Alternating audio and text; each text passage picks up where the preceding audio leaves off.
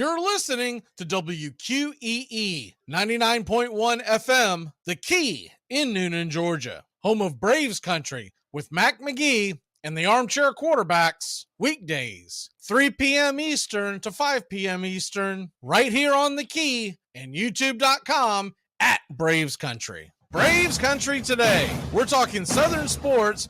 We go live 3 to 5 weekdays right here on WQEE. Braves Country today, Southern sports talk with the voice of Braves Country baseball, Magee. Joined every day from sports analysts from all over Braves Country, talking college football, the NFL, Major League Baseball, and what's trending in the world of sports. Braves Country today. We go live 3 to 5 weekdays right here on WQEE.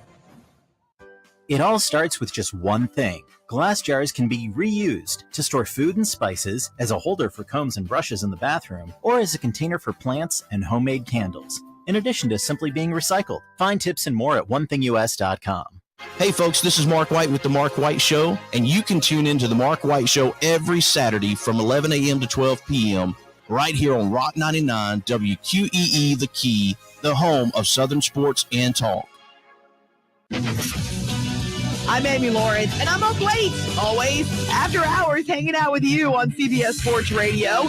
Check it out, 2 a.m. Eastern, 11 p.m. Pacific. Enjoy sun-drenched days, epic stays, and plenty of room to roam in Greater Fort Lauderdale. Our hotels, attractions, and restaurants have taken the Visit Lauderdale's Safe and Clean pledge, so you can relax and explore with confidence. When you're ready for that well-deserved staycation, our 23 miles of golden beaches await. Find wide-open spaces to hike, bike, kayak, and paddleboard. Visit your favorite attractions, then dine out in style in dining rooms or al fresco on waterfront patios. Learn more at sunny.org. Braves Country today. We're talking Southern sports. We go live 3 to 5 weekdays right here on WQEE. Braves Country today, Southern sports talk with the voice of Braves Country baseball, Magee. Joined every day from sports analysts from all over Braves Country, talking college football, the NFL, Major League Baseball, and what's trending in the world of sports. Braves Country today. We go live 3 to 5 weekdays right here on WQEE.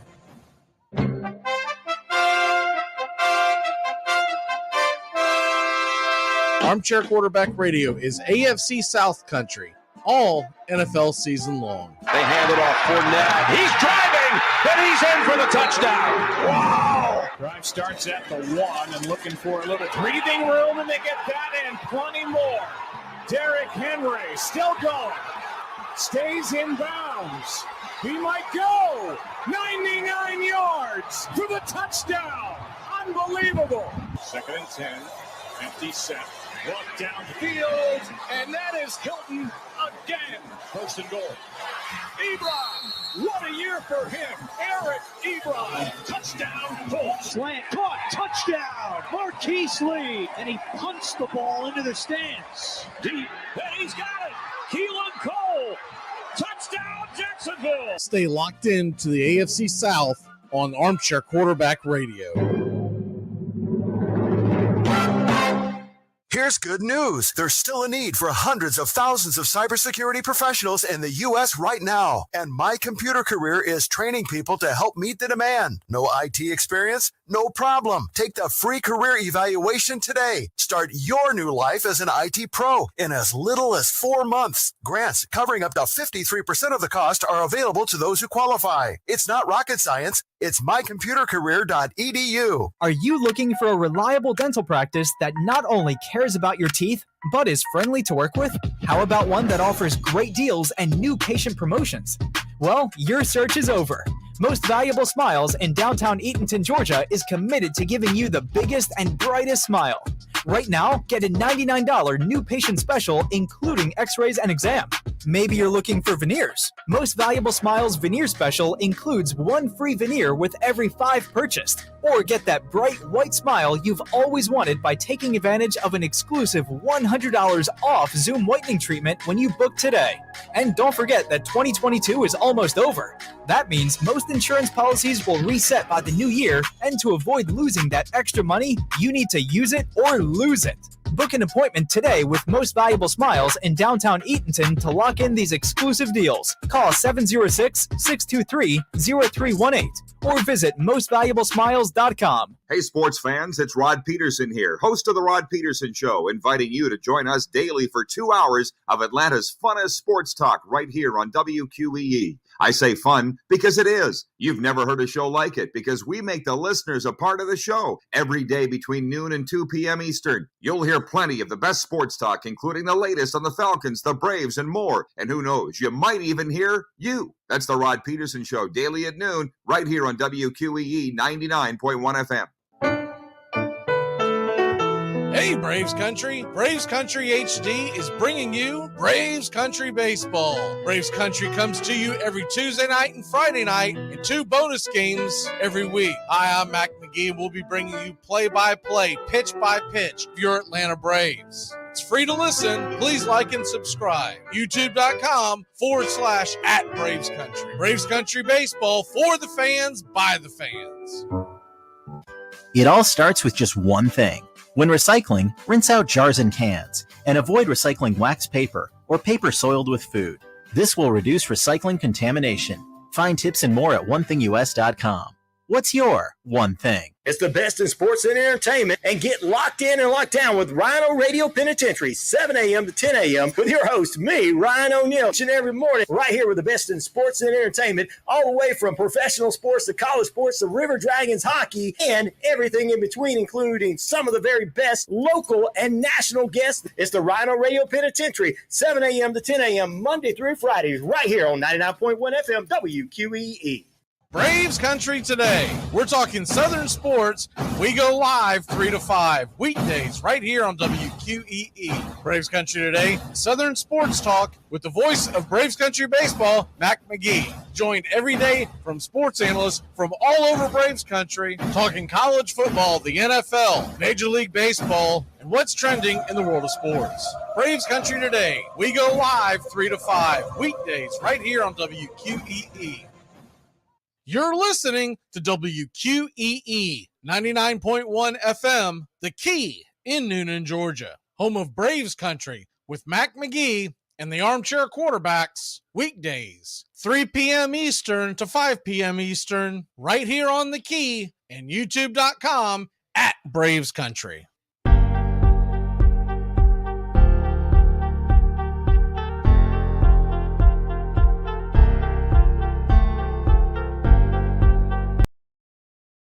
Armchair.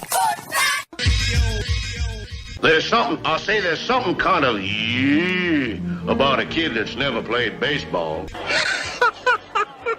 We have been hoodwinked, bamboozled, and flat out deceived. Why did you get so drunk? You got drunk. I'm just really exhausted. What's in that cup? Rum and Cokes. Do you have any idea how important this is? We're trying to save the pump cup. Really? This is what you're doing? Chief, what do you want to do tonight? The same thing we do every night. Try to take over the world. 106 miles to Chicago. We got a full tank of gas, half a pack of cigarettes. It's dark, and we're wearing sunglasses. Hit it. Armchair. YouTube Live. Radio station. The radio station you can call your own. Do you know what listeners like about our station? I like everything. It's always on my radio. We never stop the music, except for now, when I talk. To Braves Country with Mac Magee and the Armchair Quarterbacks. We're here live weekdays, 3 p.m. Eastern to 5 p.m. Eastern, WQEE 99.1 FM, The Key, and simulcasting on YouTube.com/@Braves Country. Your first choice for Southern sports. Good afternoon. I'm Mac Magee, and I don't know much, but I know one thing. Sound of Freedom? Holy hell, what a great movie. If you haven't seen it, go watch it. Armchair. Community Access Channel. He's the armchair quarterback. He's full of beer and he's full of snacks. The all-American man. The armchair. Hey, howdy, hi, and how the hell are you? I hope you are doing great. Come running in here this afternoon. Got a big show in front of us today. A little later on in the second hour, you're going to get a breakdown of SummerSlam that Joey and Tones put together. So we're excited for them. They're going to be doing that pretty regularly on the big wrestling events, however you want to say it.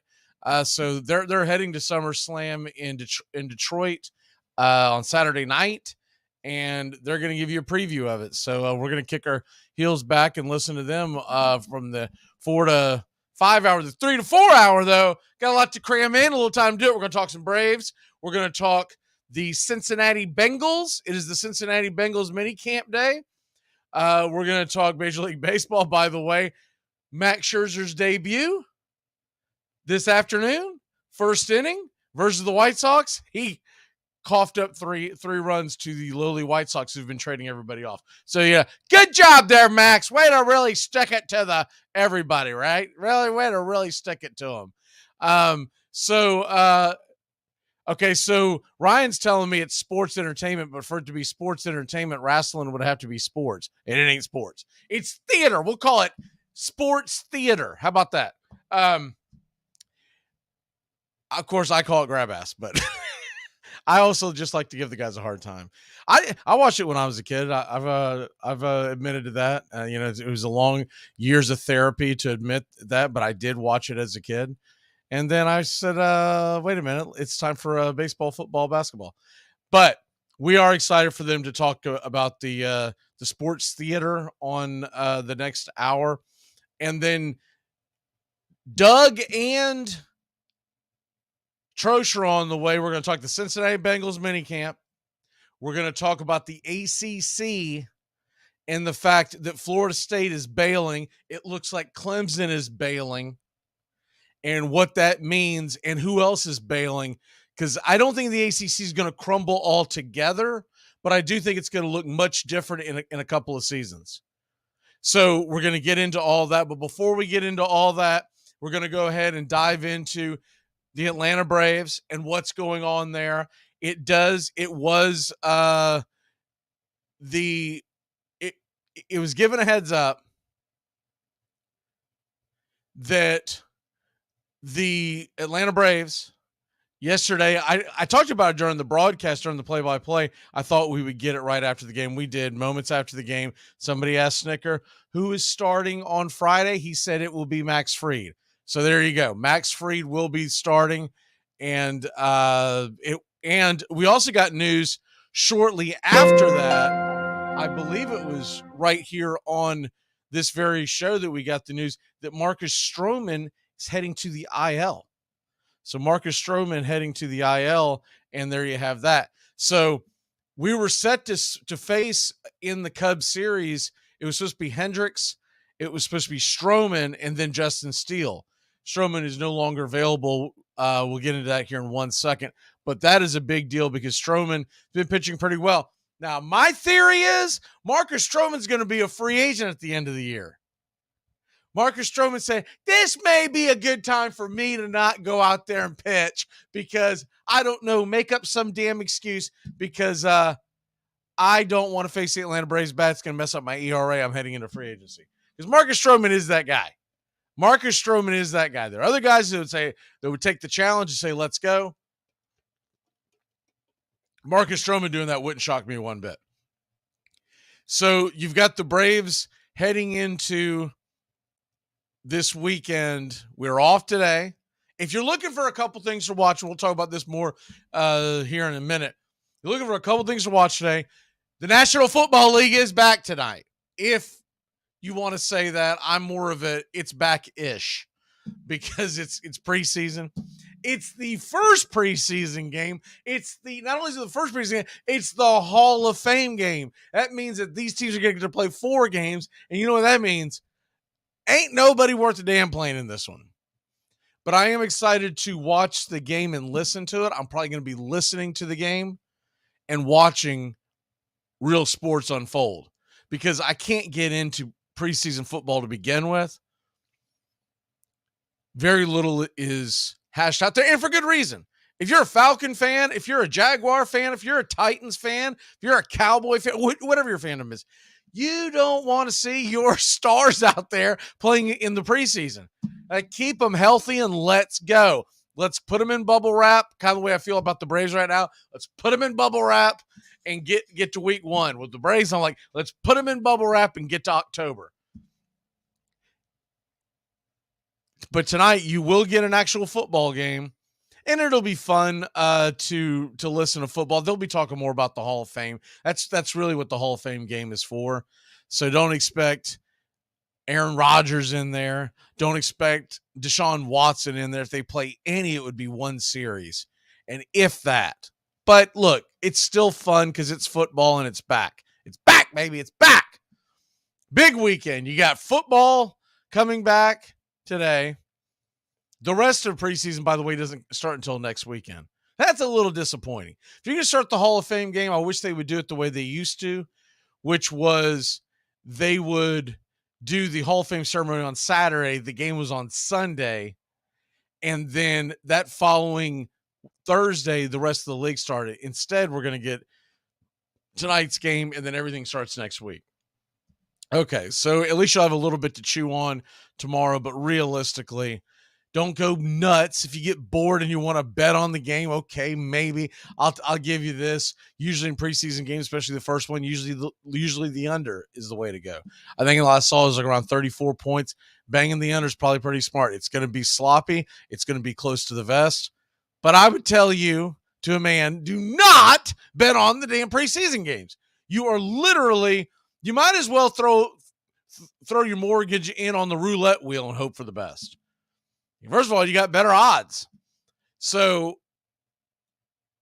games going on right now in Major League Baseball. Royals lead the Mets 3-0. No shock there. They're an absolute disaster. Their fan base, and they've got a pretty good loyal fan base. You got to give the Mets that. The Mets fans are loyal, right? So let's not sit here and just trash everyone involved with the Mets. But the Mets organization has failed the fan base, and they're going to be picking up the pieces. I saw something stupid yesterday. Or was it last? I don't know. It was in the last 10 to 12 hours. Some Mets podcast putting out there the idea to trade Jeff McNeil to get some big-time prospects back and go ahead and promote Acuna's brother. Well, Acuna's brother's only done what he's done, and it has been impressive on the AA level. Let's get that out of the way. Second of all, Jeff McNeil is in year 1 of a 4-year deal, and he's overpaid, and nobody wants him. He's a slap hitter. I couldn't believe the Mets gave him. The Mets are going to be there's already talks about how they're going to trade Nemo. They're not getting anything back for these guys, or they're going to have to pay the freight. If they pay the freight, I could see the Mets theory be, we have all these guys making all this money. You could excite a fan base by making a trade for a guy. We're going to pay the freight, but you're going to give us prospects. But what are you really going to get back on those prospects? Nemo never should have given that man 8 years, over 20 a year, starting this past year. So they got a long way to go with that. I think he stays. McNeil, I think you're probably better off just writing out the contract because he's a utility guy. You can move him all around the infield. These guys can help the guys grow. Will they be happy is a much bigger question. I don't know if they'll be happy. They probably will be pissed. I signed up because you told me we were going for it, and now you're selling off everything. I could see the handwriting on the wall with that. Now, there was talk last night from a couple of Mets sources, and this is strange, that they're not going to re-sign Pete Alonso. So all you will get is a first-round draft pick, a conditional first-round draft pick at the back of the first round that will take 6 years to develop. What? You're better off signing Alonso if he wants to stay. Pete Alonso might say, dude, I'm out. I went through the rebuild. I want to go play for a contender. So that could be very, very possible. But if they can talk him into staying, you got to sign that man. And worst case scenario, trade him later for a lot of assets. But you can't let Alonso go too? Who's buying your tickets next year to watch Jeff McNeil slap the ball around he's a poor man's Luis Arias is what he is. And Luis Arias is a poor man's all-star. That was a terrible all-star selection. His OPS, he's like the only guy who's hitting near 400 with an OPS below 200. It's absurd how few bases he gets. But that's what the Mets need to do now. As far as the Braves, let's focus on them for a second tonight. If you're looking for one good game to watch, one good game, it is a Fox game. So assuming it should be on your tube, unless you're in a weird area. I know we're in 4 different cities right now. So those folks up near Wisconsin, you're probably going to get Brewers, Pirates, rightfully so. Brewers on the bump with it's supposed to be Adrian Hauser, which should be a good matchup. I'll go ahead and give you that as my lock of the day. Brewers, Pirates. Adrian Hauser is on the bump versus Mitch Keller. And I'm going to say to you, take the under. Take the under. The under is sitting at 8.5. That's too high. Those offenses stink. Take the under. Okay. The other game that nationally that everybody should get on your televisions on Fox tonight, and this is the big Fox, this is an FS1 or FS 2.4 or the Ocho, or you don't have to go searching through the net. It's on Fox tonight. I guess they're starting this on Thursday night. I think it's a great idea. First of all, they should have been doing this all summer, right? But whatever. They waited till August. I get it. Astros, Yankees tonight. And that is a huge, huge game for the Yankees. Not as much for the Astros, but it is an enormous game for the Yankees because the New York Yankees are sending Clark Schmidt to the mound versus Christian Javier, who has he has papers on the New York Yankees. He has owned the Yankees over the last year and a half. They've got to get a win. They have been flailing, and they start, I believe this is going to be a 4-game set. Let me double check that real quick. They have the game here in the Bronx. If it wasn't, 4-game set, I was about to say. So tonight's on Fox, tomorrow's Apple Plus, so you'll be bumming on that. But Braves, Cubs starts tomorrow, 2:20 first pitch, Friday, 2:20 Saturday, 2:20 Sunday. We are going to bring all 3 games to you. We will do a much bigger pregame show on the series tomorrow because by then we should get an idea of who the Cubs are going to start on Saturday. It was supposed to be Stroman. He went to the IL. We are going to send to the mound Max Fried for the first time in a long time, 2:20 first pitch, so you don't want to miss that. It's going to be 2.5, almost 3 months since he's been on the bump for the Braves. How about that? Sitting there at 2-1 with a 2.08 ERA. Bryce Elder, Saturday, and then Sunday's game should be a fun one as well, as the Braves are going to send Charlie Morton versus Justin Steele. Tomorrow is Fried versus Hendricks. We need that win, and we need the Saturday win because, to a man, the Cubs have the upper edge on Sunday. Justin Steele has been phenomenal this year. He'll even get Cy Young votes. He's 12-3 with a 2.65. If he continues to pump those out, he will make, I don't think he'll win, but he will be right there and a couple of others for the NL Cy Young. So there you have that on the Braves series. Like I said, we'll do much more on this tomorrow. Pre-game show will come on about 2 o'clock. And first pitch is 2:20. We're going to be rolling right into it. 2:20 first pitch, Friday afternoon special. Love the Friday afternoon and Wrigley games. Love them. I can't get enough of them. To really get your weekend going, and then you get you a cold one after the game and go, well, for y'all, you can do it during the game. As much as I loved Harry Carey, I don't want to be Harry Carey on the air and the 7th thing. It's your problem is the government. No. So, but I love the Friday afternoon games because after the game, it's 5 o'clock somewhere. You can get off, get yourself a cold one, and watch the rest of the action. A big baseball weekend as baseball is really starting to notch it up. We're just over 50 games left. And we all know those go by fast, and every game is massively important. Okay, let's take a really quick break. Doug and Steven are jumping in. They're coming out of the bullpen. I got a righty and a lefty coming right at you, and we are going to talk some baseball. We're going to talk the Cincinnati Bengals and Joe Burrow. We're going to talk about the ACC and its new look. I'm not going to say it's crumbling, but as a football conference, it is damn sure not going to be anymore. We'll be back in a flash here on Braves Country and 99.1 FM, WQEE. Find us on YouTube today, Braves Country. I'm just there till my divorce is final. Now, who is coconuts enough to divorce you? We gotta go. But we'll see you around. Well, we'll have to have you over sometime. I'd love it. All right. Bye. Bye. She's awesome. No, we are never having her over. Heard she already slept with 2 dads from the school. What? Mm-hmm. That's horrible. Whenever I bring home Entenmann's Little Bites muffins. Little Bites? That's right, sweetie. Can you just give Mommy a minute? I love Little Bites. I know you do, but we're doing a commercial right now, okay? Got it. As I was saying, whenever I bring home you-know-what, you-know-who gets pretty excited. And so do I. Little Bites muffins are made with real ingredients, no high-fructose corn syrup, and are baked moist and delicious. I love Little Bites. Here you go. Yes. Entenmann's Little Bites muffins.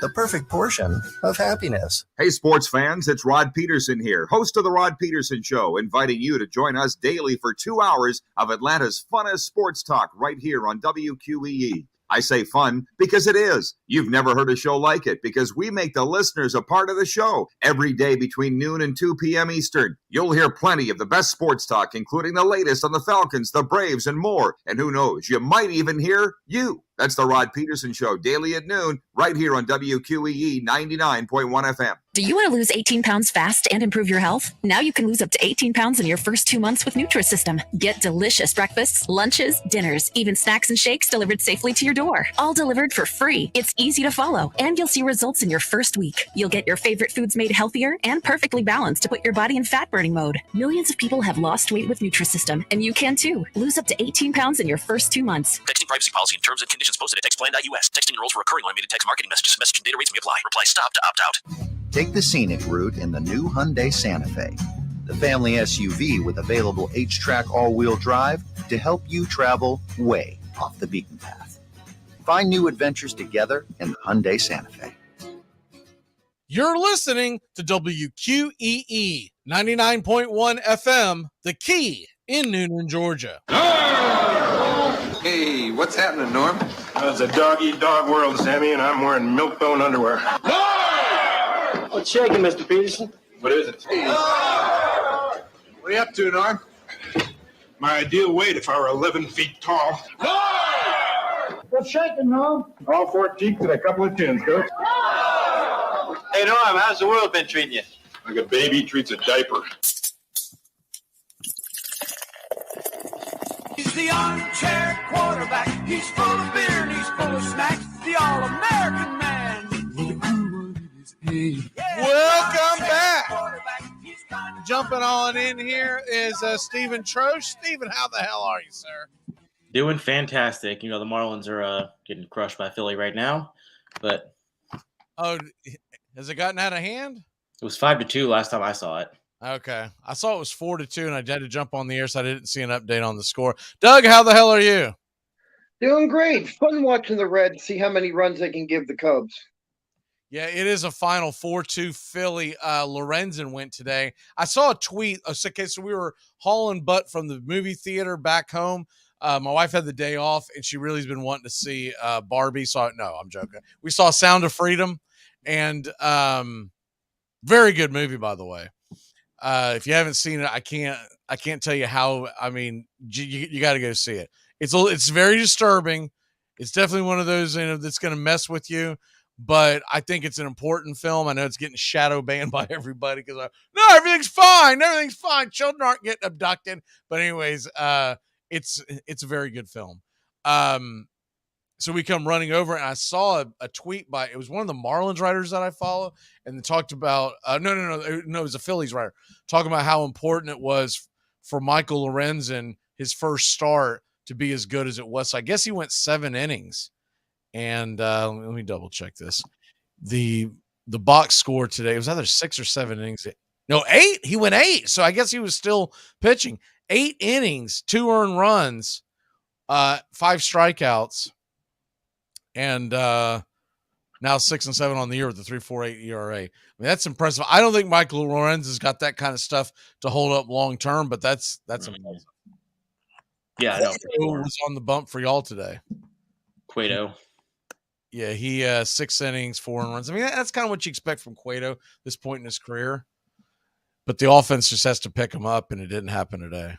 What are you, Steven, our resident Marlins fan? What the hell is this David Robertson crap, dude? They make a trade for him. He can't get anybody out. I've got him in like 4 or 5 leagues. I'm like, I'm ready just to boot him off. I don't know. It's just I remember like when we called that Mets Phillies game last year and Robertson blew that save.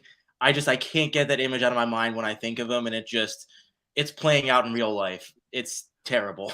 And you know what's odd about it is that the Mets own the Phillies, so I thought his DNA would come to that locker room, and because that's essentially who they went to go get him to chase down the Phillies, right? Because it's really going to be Marlins Phillies down the stretch, right? And I mean, he spit the bit. I mean, it's not good.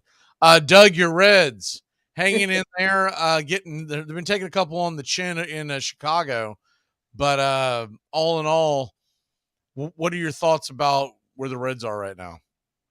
Overall, I mean, they're playing well. I mean, after coming off of that series last week with the Brewers, and we played well against the Dodgers, took a series, and then we come into this week, and I just think this week they've just shown that a lot of these guys are rookies.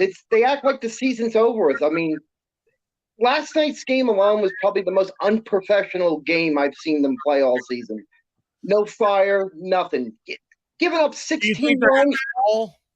What's that? Do you think they're hitting the wall? Right now, I would say today. I would say, yeah. It's like all of a sudden they think the season's over with, and it's like, I'm sorry, kids, you've got a whole nother half a season to play. Right. So I'm just waiting for them to turn it around. They're starting pitching the way with all the injuries we've got. It's showing right now, and it's not going to get any better tonight with Luke Weaver starting. Mr. Luke Weaver, who well, look to get right side, you're going against Jameson Taillon, and he's been trash. So yeah, we can score 9, but we give up what was it, Tuesday night? We gave up 20 runs. 20 runs. Yes, I said 20 runs. Well, I blame Ellie De La Cruz. I mean, if the guy was about 3 inches taller and a little faster, then maybe you'd win some of these games. Yeah. He didn't even play last night. What a bum he is, right? Yeah, he's horrible. Why didn't y'all trade him at the deadline, man? Sell him at his highest peak. Come on. He would look really good in a Braves or Marlins uniform, wouldn't he, Steven? Could have got him for like Charlie Morton. Great. Yeah. You know what? We'll even do a side. We'll pay Charlie Morton's salary. Give us De La Cruz. Let's go. Yeah. We'll throw Michael Soroka in there for you. I've been trying to get rid of that bastard all season long. Michael Soroka. I'd hate to give up Charlie because I do think he still has, but we'll give him Michael Soroka, Charlie Morton, Dylan Dodd. Let's go and give you off the trash heap. Anyways, Yanni Cheerios. You want Cheerios? He's maxing out around 91 miles an hour. Did good last night. I think we'll just go ahead and hold off and get Lodolo and what's his name back in 2 weeks. We'll muddle our way through. Hunter. I'm telling you right now, this offer's not going to last forever. Okay. If you really want to get rid of De La Cruz, you got to do it. You got to do it by this offseason. I'm not going to find you more than 20 to 30 more times until the end of the year. Okay. So, yeah, I'll get back to you on that one. Oh, that's cool. Cody says he served in the Navy and had a chance to watch the Braves and Cubs at Wrigley Field. Yeah, I went to one game. It wasn't a Braves game. I was living in Chicago, realized I was moving, so I said, well, I got to get to Wrigley Field. And it was actually the Marlins and Cubs. It was a day game. It was either Wednesday or Thursday. And I remember it was a shootout. It was in August. And the biggest thing I remember is it was like the total of 20 runs. It was like your typical Wrigley Field type of ball game. Trade deadline. Steven, you got to be pleased. They were one of the few buyers out there in Miami. I was a little disappointed, but I understood why the Braves stood pat because they do have the best record, and they got some guys coming back. So it really comes down to where you're going to squeeze these guys in. What I was looking for was one more big-time bullpen arm, and we didn't get it. I would have loved to see Kenyon Middleton. Yankees got him. But then again, I don't know what they were asking, and the Braves still have a lot of young players that they try to pick from. So sometimes asking price is too damn much. You got to be pleased though, right, Steven? I mean, yeah. I mean, like it's nice to see, at least as a fan, that the Marlins are at least trying. They're adding, trying to make a playoff push. But it is kind of just disappointing that we missed out on the bigger names that we were after. Not even necessarily names, more positions, as in like trying to get another starter, get upgrades at catcher or shortstop. Like I know Paul DeYoung was one of the big names linked to the Marlins, but Bo Bichette kind of ruined that plan. See, the thing is, as far as starting pitchers, there really wasn't a whole lot out there. Yeah. That actually got moved. I know there were rumors, but a lot of that's clickbait. But there wasn't a lot. I mean, who got moved? Jack Flaherty? Yeah. I wouldn't want Jack Flaherty on the bump going towards October. Really, the only other one to know was Lance Lynn. Yeah. Yeah, I guess. I'm still not convinced that Lance Lynn long-term has really turned it around. We'll see. I think he's going to be aided by the run support in Los Angeles. The best guy on the market was Erod, but it sounds like he didn't want to go anywhere because he said he wanted to be close to home. And I think I'm gonna call a spade. He can get out of his contract at the end of this year. He's had a lot of injury issues. He's been pretty healthy this year. He wants to shut it down at the end of September and go get his bag. And that's. I don't like it, but I understand it. The guy that everybody talked about, but he was never leaving, was Mitch Keller. Yeah. He's got 2.5 more years left of control. Bednar, 3.5 more years of control. Dylan Cease, 2.5 more years of control. So yeah, if fans and these writers come, Red, you should go get him. He's on a sorry team. But what's it going to cost you? Yep. I would rather make a trade, and he's struggling right now, but all in all, he's pitched okay. I'd rather give a trade and give up very little to get Tuki Toussaint to eat some innings down the stretch. I mean, at least he's got good stuff. You can probably put him in the bullpen, but there really wasn't. Now you're just getting crazy. What's that? Now you're just getting crazy. He's pitched well. I'm telling you, I was surprised. I thought he might have been almost done when the Angels DFA'd him, but he's pitched well. He's given up 4 runs today against Texas, but that's one of the best offenses in baseball.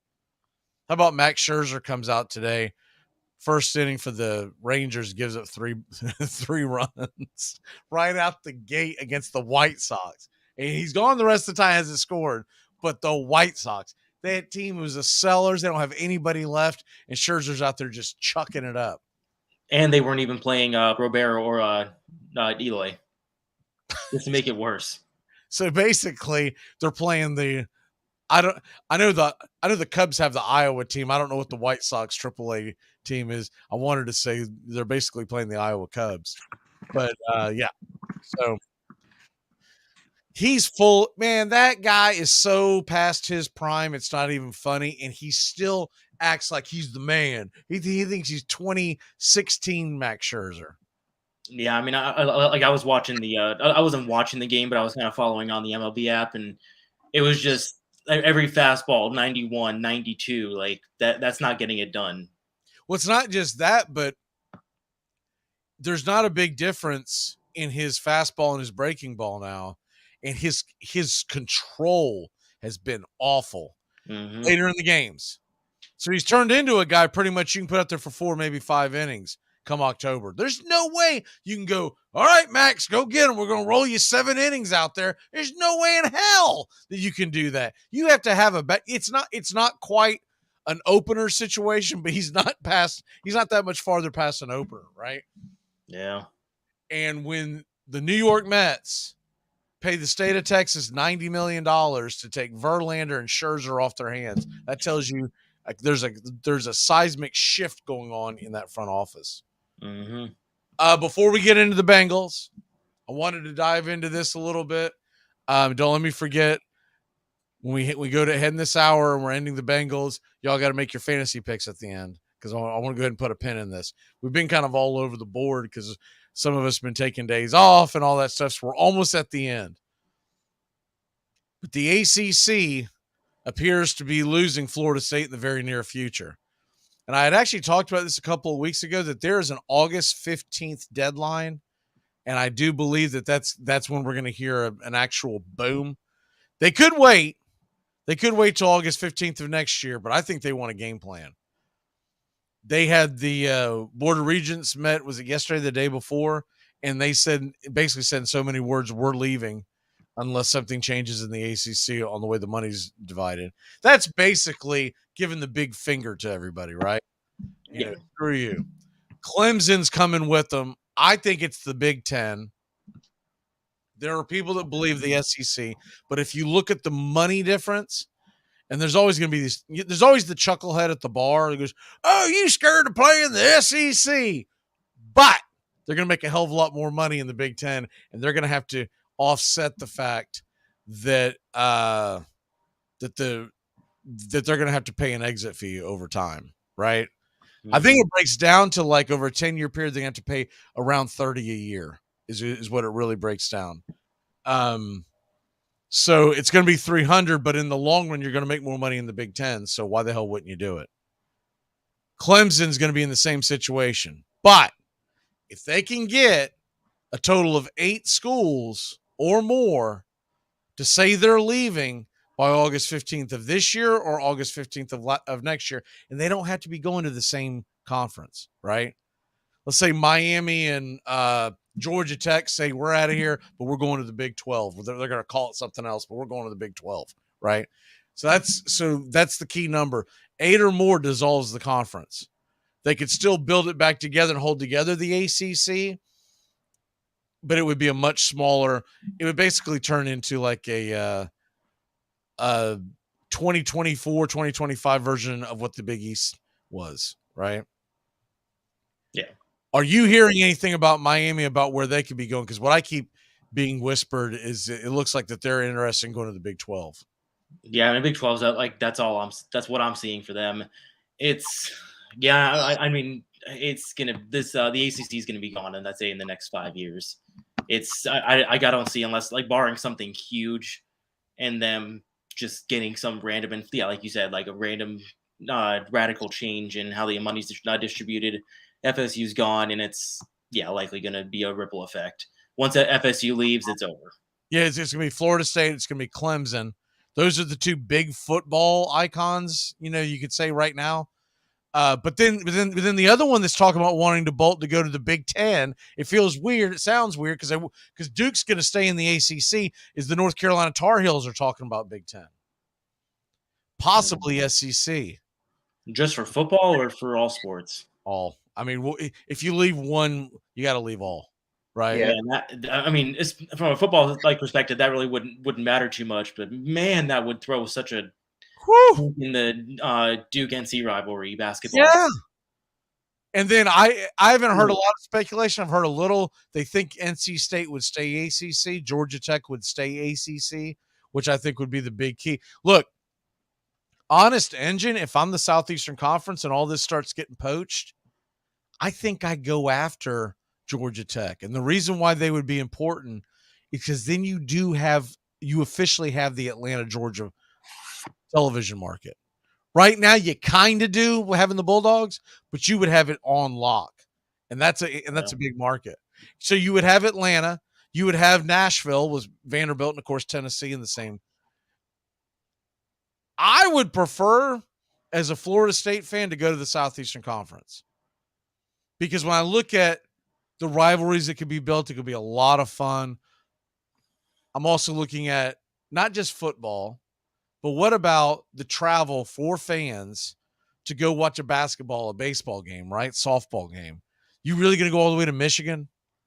So if they go to the Big Ten, what I would hope is that it's more than just Florida State and Clemson, and that they bring a handful of ACC teams so you can make more travel options, right? What, make it like the Big 16? They'll probably keep the name Big Ten. I mean, they haven't been 10 in I don't know how long, but they're gonna the Big 12 hasn't been 12. Hell, has it ever been 12? It was like 30 minutes before everyone started bailing out of the conference. So the Big Ten, I don't think changes its it's named because it's a brand, right? It's got historical value, and it is goofy to fans because the only one that makes sense is the SEC and the ACC because they just say we're the Atlantic Coast, we're the Southeastern Coast, or our Southeastern Conference. But it's got to more to do with the brand. The Big 12, I think, changes their brand because there's not a lot of history with the name Big 12. Before that was the Big 8, right? Yeah. They could almost go into like the Southwest, but then if you grab Miami and a couple other teams, I don't know what the hell. I mean, you don't want to call it USA anything because those always crumble. But they could come up with something that kind of encompasses the fact that they're going to have all the teams. I mean, hell, Colorado's coming back to the Big 12. The AC one of the ACC, the heads of the ACC, was asked about Florida State leaving, and he made the comment that, well, they could end up like San Diego State. Kind of like, scoffing at it. I'm like, dude, this is not the same thing, man. If the fact that they're not even taking it seriously kind of tells me that it's either A, they think it's a bluff, which I don't know why they would think that, or B, they don't think they're going to bring more with them. Yeah, the ACC could survive if all they lose is Florida State, but one leaves. Here we go. Clemson. You lose Florida State and Clemson.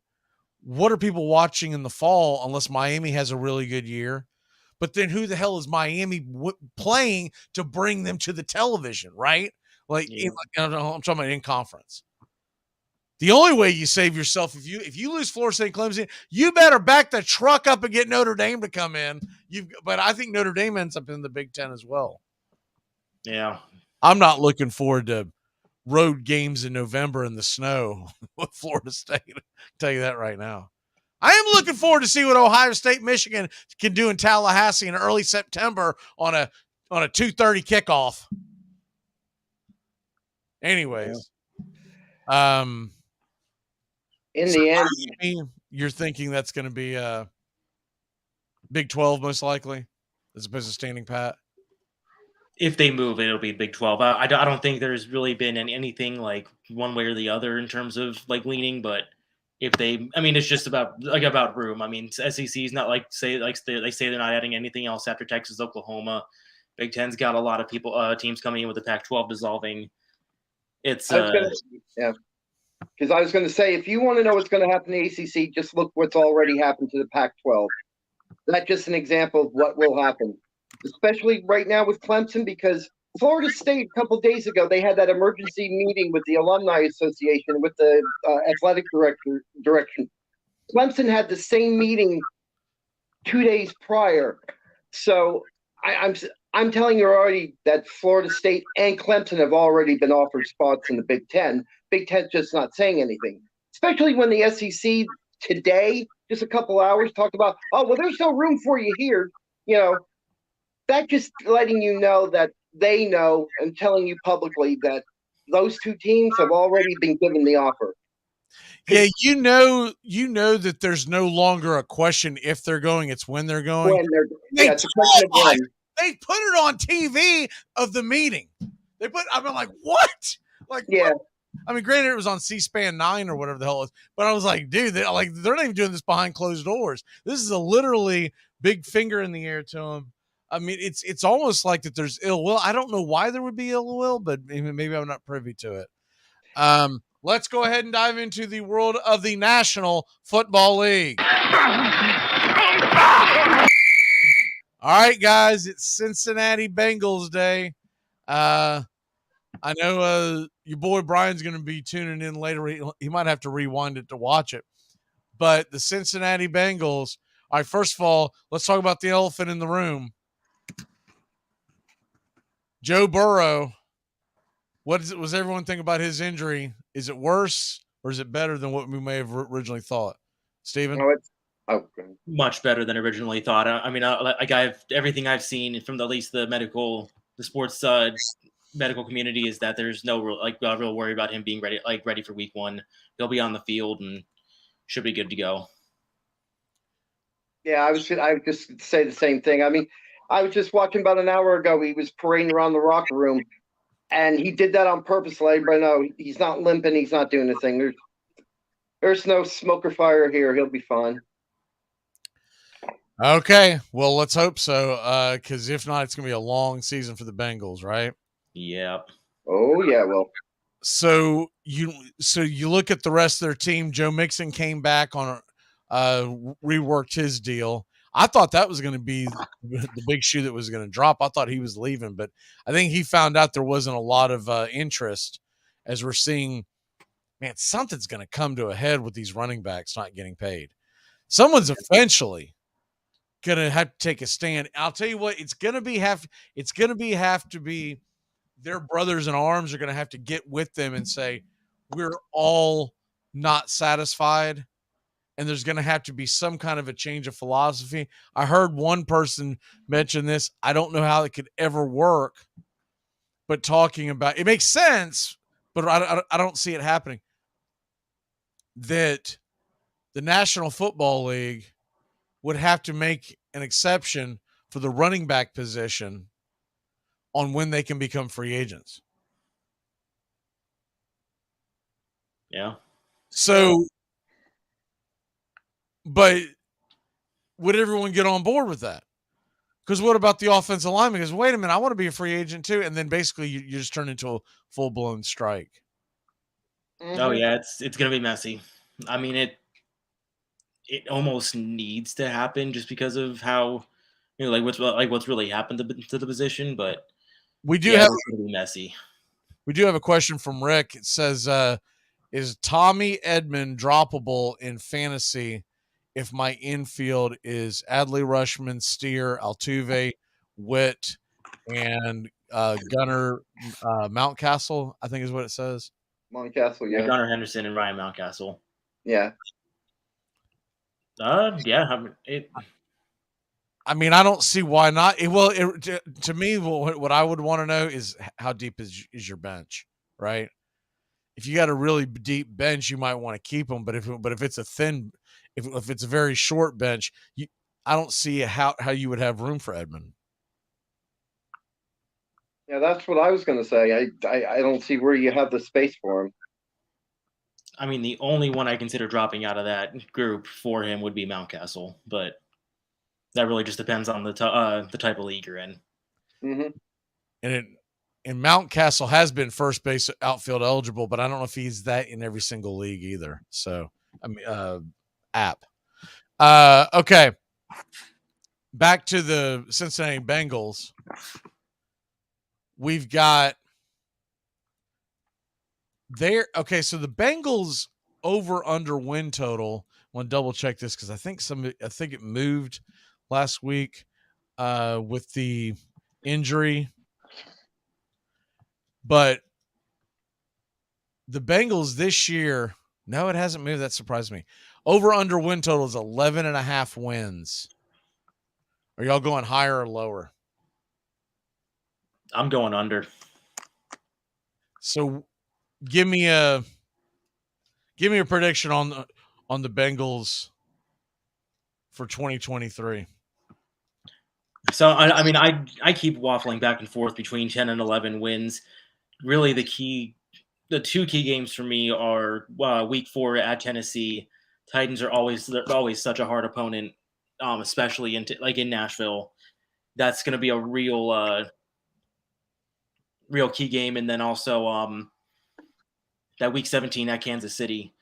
I think that game's going to be a playoff seeding game. But I really keep going back and forth. I mean, I'm leaning towards the 10 wins just because we don't know if Burrow is going to be super 100% coming out out of the gate. And they got Cleveland and then against Baltimore, those first 2 games. Those AFC North games are always brutal. And so it just really depends how they come out the gate. Give me a number. I'm going to go 10 and 7. All right. What are you running for office over there? Trying to straddle the line? They can suck, but they can also win the Super Bowl. That's my final answer. All right, Doug. What is your schedule prediction, win-loss prediction for the Bengals this year? I'm just going to be that tick more optimistic. I'm going to say they'll finish 11-6. And the key to the Bengals every season, especially the last 2 years, if that offensive line can stay healthy. So far, it's looked good in training camp. So, especially that left side. So, I say 11-6. See, to me, the biggest key for them is they've gotten off to some slow starts the past few years. Mm-hmm. And they're okay. Let's assume health was Joe Burrow, because I'm going to assume it, because right now nothing's pointing to that he's going to be gone. So let's assume he's healthy, whatever. There's got to be a sense of urgency in that damn locker room on week 1 and not go, well, we'll get it together. And, just before Halloween, we start rolling. But at that point, you're so far behind, you're never going to host the AFC Championship game, right? And that midseason stretch is rough. They go at San Fran, they got Buffalo, at Baltimore, Pittsburgh, Jacksonville. That is not an easy stretch, especially if you start out the gate slow and you're trying to make a comeback. And then, of course, the huge game is that, it's on a New Year's Eve in Kansas City. I mean, why is it every time they play them, it's in Kansas City? What the hell is that about? I feel like it's rigged. Is it because Joe Burrow didn't have the Netflix deal? I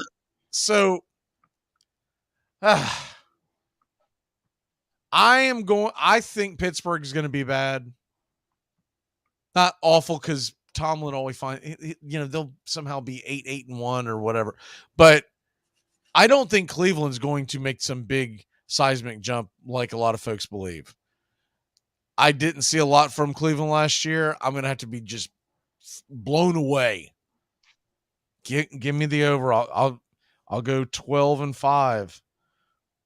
But they need to go 13-4, 14-3, because they need to host the AFC Championship game. And you can't bank on the Chiefs losing 5, 6, 7 games. You just can't.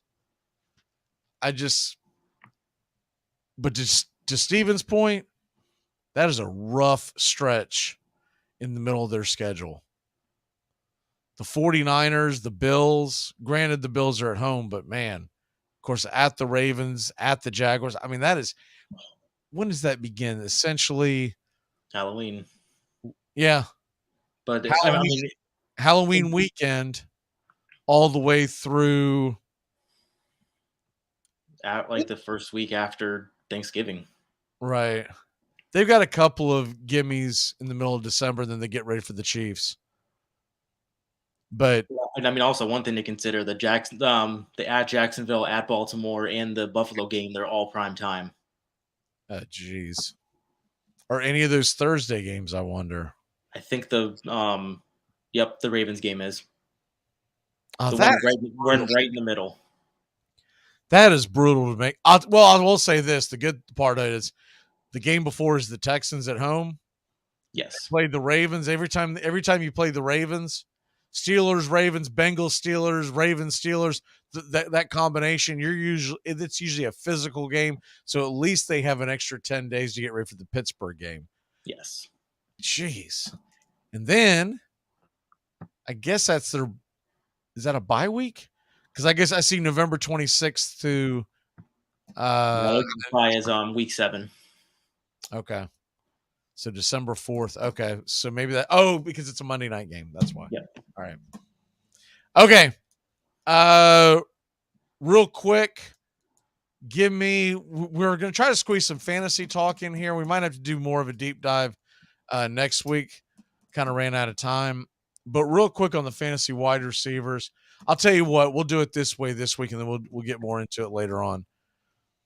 Give me a boom and a bust fantasy wide receiver this year. Steven, I'll start with you. There we go. Give me Devontae Smith. He's currently going as the wide receiver 16. He's got such a rapport with Hurts. It's his third year in the league now. I think he's ready to take off. I mean, if not now, when, right? Yeah. Who in your opinion is getting drafted way too high? It's a toss up between Garrett Wilson and Debo for me. I mean, I'm going to go with Debo though. It's just he is such a fantastic player and what he brings to the table. But when you have Kittle, McCaffrey, Ayuk, no idea what you're doing at quarterback. And especially with like when McCaffrey was there last year, he was the star of the show, and everyone just kind of got leftovers. I'm not drafting Deebo Samuel as the wide receiver 16. No chance. Doug, what about you? Give me a boom, give me a bust. A boom is I think he's a lot better than people have him ranked, but I think Amon St. Brown is going to have a big boom year. I think he's going to make a major splash this year. A bust, I wouldn't go anywhere near any, especially Cordell Patterson with Denver. I wouldn't go near any Denver wide receiver right now. You mean Courtland Sutton? Oh, Courtland Sutton, sorry. Yeah, I was about to say, did I miss? Sorry, I'm looking at the thing. I'm sorry. I got names here. Sorry. In front of me, so I didn't want to go, what are you talking about? But I was like, did I miss something? I know. I was looking. Sorry. Theater. I watch a movie and the whole thing goes to pieces. No, sorry. I was looking at the wrong screen. I mean, he's a perfect fade in that area. You got Brandon Cooks, JSN, Zay Flowers, Kadarius Toney, Quentin Johnston. Mm-hmm. I don't want to touch anybody. Like he's the person I at least want to touch in that range. I'll give you a bust. Give me DJ Moore. Like Dave, be creative. You say DJ Moore every single year. He was in college and you were saying DJ Moore was a bust. Okay, then give me Chris Olave. 11th? Number 11? The Saints? Oh, there's a bunch of them. But DJ Moore changed places. I heard someone say today, oh, he's an elite wide receiver. He's going to get to elite quarterback. I was like, two of those things you said were wrong. Give me a boom. And that's too low hanging fruit. You know what? Someone that no one's going to believe in because of his quarterback situation, but he's being drafted very low. Marquise Brown, 23rd overall. And I normally don't. Yeah.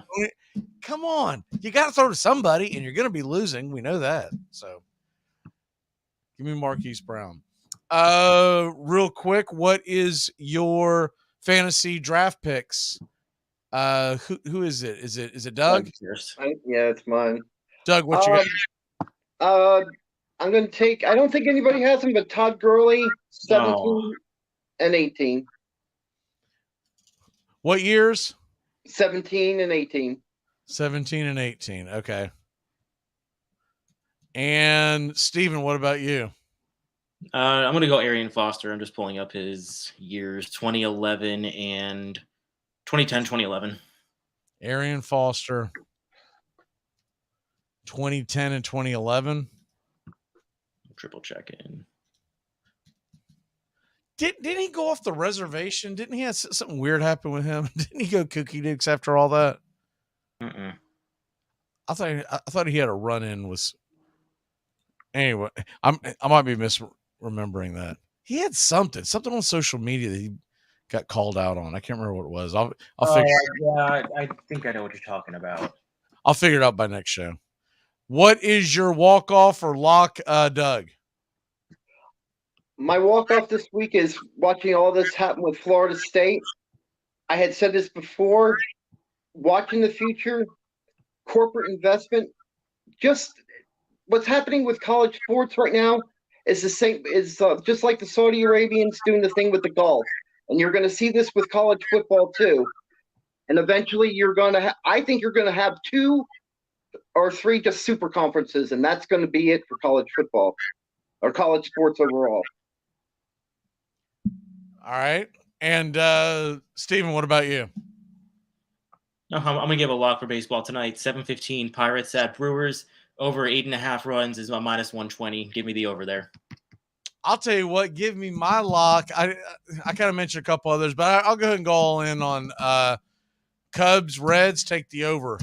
I saw it 9.5 away from after last week. They have been scoring a ton of runs in that series, and I want to see that bullpen of the Cubs get worn down and have to stay up late, go into 17th inning because the Braves come a calling 2:20 tomorrow. First pitch, we'll have it here. All right, guys, great job. Y'all stay tuned. We have a special for y'all. Joey and Tones are going to bring you SummerSlam. And so it is grab ass central for the next 60 minutes. Hi-oh! We'll be back. You're listening to WQEE 99.1 FM, The Key in Noonan, Georgia, home of Braves country with Mac Magee and the Armchair Quarterbacks, weekdays, 3 p.m. Eastern to 5 p.m. Eastern, right here on The Key and YouTube.com/Braves Country. Locked in and locked down with Rhino Radio Penitentiary, 7 a.m. to 10 a.m. with your host, me, Ryan O'Neill, each and every morning, right here with the best in sports and entertainment, all the way from professional sports to college sports to River Dragons hockey and everything in between, including some of the very best local and national guests. It's the Rhino Radio Penitentiary, 7 a.m. to 10 a.m. Monday through Fridays, right here on 99.1 FM WQEE. Are you looking for a reliable dental practice that not only cares about your teeth, but is friendly to work with? How about one that offers great deals and new patient promotions? Well, your search is over. Most Valuable Smiles in downtown Eatonton, Georgia is committed to giving you the biggest and brightest smile. Right now, get a $99 new patient special, including x-rays and exam. Maybe you're looking for veneers. Most Valuable Smiles veneer special includes 1 free veneer with every 5 purchased. Or get that bright white smile you've always wanted by taking advantage of an exclusive $100 off Zoom whitening treatment when you book today. And don't forget that 2022 is almost over. That means most insurance policies will reset by the new year, and to avoid losing that extra money, you need to use it or lose it. Book an appointment today with Most Valuable Smiles in downtown Eatonton to lock in these exclusive deals. Call 706-623-0318 or visit mostvaluablesmiles.com. Hey, Braves Country! Braves Country HD is bringing you Braves Country Baseball. Braves Country comes to you every Tuesday night and Friday night, and 2 bonus games every week. Hi, I'm Mac Magee, and we'll be bringing you play-by-play, pitch-by-pitch of your Atlanta Braves. It's free to listen. Please like and subscribe. YouTube.com/@Braves Country. Braves Country Baseball for the fans, by the fans. Here's good news. There's still a need for hundreds of thousands of cybersecurity professionals in the U.S. right now. And My Computer Career is training people to help meet the demand. No IT experience? No problem. Take the free career evaluation today. Start your new life as an IT pro in as little as 4 months. Grants covering up to 53% of the cost are available to those who qualify. It's not rocket science. It's mycomputercareer.edu. Enjoy sun-drenched days, epic stays, and plenty of room to roam in Greater Fort Lauderdale. Our hotels, attractions, and restaurants have taken the Visit Lauderdale's Safe and Clean pledge so you can relax and explore with confidence. When you're ready for that well-deserved staycation, our 23 miles of golden beaches await. Find wide-open spaces to hike, bike, kayak, and paddleboard. Visit your favorite attractions, then dine out in style in dining rooms or al fresco on waterfront patios. Learn more at sunny.org. Braves Country today. We're talking Southern sports. We go live 3 to 5 weekdays right here on WQEE. Braves Country today, Southern sports talk with the voice of Braves Country baseball, Mac Magee. Joined every day from sports analysts from all over Braves Country, talking college football, the NFL, Major League Baseball, and what's trending in the world of sports. Braves Country today. We go live 3 to 5 weekdays right here on WQEE.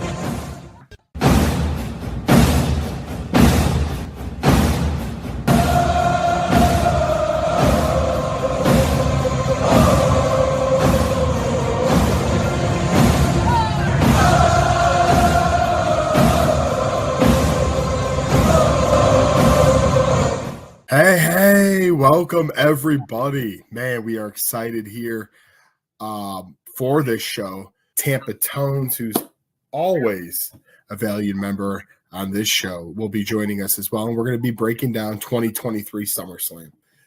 This weekend, the boys are headed to SummerSlam. There's a group of 4 of us, Cleve, myself, Tampa Tones, and another buddy of ours. We all hit the road this Friday for Detroit, Michigan. My first time going there, checking out the city, just pretty amped. Seeing a new place. It's at Lion Stadium, as we all know, Ford Field, where there will be many, many fans. They anticipate huge crowds all weekend long, especially on Saturday when the event takes place August 5th. So we're going to break down each of the matches and tell you who we think is going to win. We're also going to throw at you surprise predictions, who might come back, what legend might appear. But before we do all that, and before we bring in Tampa Tones, let's hit you with the match card. For the average fan out there, the people that don't watch very often, we appreciate you tuning in. Give us a chance and listen to some of the names that you will be familiar with, especially for the people that haven't tuned in in maybe a decade plus. But we got people like Brock Lesnar, Roman Reigns, cousin to The Rock, Logan Paul, social media star, Ronda Rousey, former UFC, and so many more. I mean, this card is filled. We'll start at the top the way this list presents itself. We're going to have the American Nightmare, Cody Rhodes, taking on Brock Lesnar in the rubber match. 1-1, who's going to step up and win this thing? That's what it comes down to. Number 2, Seth freaking Rollins. He's been all over the scenes. He's even gotten into Hollywood. Will be in a, villain type superhero role and movie that I know he's been filming. He's taken on Finn Balor. Seth freaking Rollins is the heavyweight champion. This is for the heavyweight championship. Huge, massive, second biggest belt in the company. Match number 3 brings us to women's champion Asuka. She'll be in a triple threat with the daughter to Ric Flair, Charlotte, the amazing Charlotte Flair. She's built a name for herself, the most winningest woman of all time in the company, taking on Bianca Belair, who's been on a tear over the past few years, running the women's division. Some might argue is one of the best young faces in the business. Ricochet versus Logan Paul. We all know about Logan Paul. Just go YouTube, type in Ricochet Logan Paul. You're going to see some viral great moments. That's all really Logan Paul cares about, as we know, being viral. What's him and his brother Jake. Because Jake Paul also has a fight this Saturday against Nate Diaz in a boxing match. So interesting. Both brothers love. My podcast partner Cleveland hates the Paul brothers. I, for the most part, enjoy them. They're entertaining. They're both, no matter if you love them or hate them, they're involved in big pay-per-views. SummerSlam is one of the biggest times in WWE. Logan Paul performed at WrestleMania. Jake Paul's boxing career, obviously, to this point, has faced some former UFC fighters, and now he's on to Nate Diaz. Both making a lot of money. Good for them. Another great match on the card for the Intercontinental Championship is Gunther, who he might break the honky-tonk. For you old-timers out there, he might be breaking the honky-tonk record if he makes it to, I believe, September 5th. And he'll face Drew McIntyre, who carried the company during COVID being a champion. That'll be for the Intercontinental belt. Then we have Ronda Rousey versus Shayna Baszler. Now, Shayna Baszler, you might also know formerly in UFC. This is going to be an MMA rules match. We all know Ronda. She had the amazing start to her UFC career before it came crashing down to Holly Holmes. And then Shayna was involved in a few bets as well. And then we also have the SummerSlam Battle Royal, where we expect L.A. Knight, let me talk to you, to be involved with Sheamus and many others. So those are the official matches. There's rumors of Rhea and Raquel Rodriguez. Trish and Becky, I think, you got to take into consideration injuries before we get into the predictions and tones during this, because it's important. There's only a couple of women's matches, 2 to 3 potentially on the card. And Liv Morgan, injury, going to be out for a little while. Kevin Owens, injury. That's why you don't see the tag team belts. They're going to be out for a little while. You also have Bayley, injury. So there's multiple stars across this company that, have intervened in some storylines. But that being said, I let you know about each match. We talked about some of the really famous people in it, and we're going to now predict these matches, come up with some surprises, who might return, who might do all this good stuff. I mean, legends like The Undertaker, could he show up? The Rock, as we all know. So much to talk about. Tones, the excitement level for us to leave Friday is beyond belief. the Fantastic Four is going to be headed down to the great city of Detroit. Where's your head at right now with this pay-per-view, and how the heck we doing? Yeah, let's go through the history of SummerSlam a minute. Let's go through the background and how we got to this point. It's been a pay-per-view since 1988 now, and it's been annually the second largest wrestling promotion every year, behind WrestleMania, that is, and it's been famously dubbed as the biggest party of the center, and it's been held in some iconic places from 2009 to 2014. It was held at the Staples Center in Los Angeles, and from 15 to 18 it took place at the Barclays Center in New York City, borough of Brooklyn. So some big locations there for one of the bigger events of the summer. During the COVID pandemic as well, SummerSlam didn't actually get canceled. It was, in fact, the WWE's first produced pay-per-view from a secure bubble, so making history even in the times of the pandemic. And then, obviously, 2021, it did resume live. So this year it's in Detroit, looking very much forward to being in Detroit live coming up here this weekend. It's going to be electric. It should be a good time. I've been to Ford Field for football outing. I've been there for Bucks Lions in years past. Haven't made my way yet for wrestling. Looking forward to doing that very much this weekend. And I will have to say this, it's going to be lit there. They're only getting one event this weekend for SummerSlam, so I expect it to be nothing short of an electric crowd. I expect it to be very exciting, and I expect the crowd to be on their feet cheering the whole time pretty much. Yeah, and for some of you that watch a show, especially on YouTube, a lot of the times I wear my LWO Mexico shirt for the Lucha Libres. A lot of people know the NWO back in the 90s, the Hulkamaniac fans of Kevin Nash. Tones has, I can see from here a mile away, the Puerto Rican LWO shirt. Which all stems back to the great pay-per-view they had in Puerto Rico, which was led by Bad Bunny, as you all know him for his music. But yes, Bad Bunny is also in the WWE. Tone's great shirt. Thank you. Yeah, these things were on fire at one point in time. We got them at a live event. It took forever to wait in line to get one of these puppies. It's cooled down a little bit in popularity, but it's still pretty big time, and looking forward to seeing what shirts the people have on in Detroit this week. And that's the thing with wrestling events. You always see a plethora of shirts. You always see a lot of options. So very excited to see what the universe has in store. You'll probably get a couple guys dressed to a T, a couple people in unique T-shirts you haven't seen in a while. I know when we went to WrestleMania, we see knockoffs of Kevin Owens, Stone Cold Steve Austin, Bret Hart. So I'm expecting to see a lot of OGs wearing some OG outfits at SummerSlam this time around as well.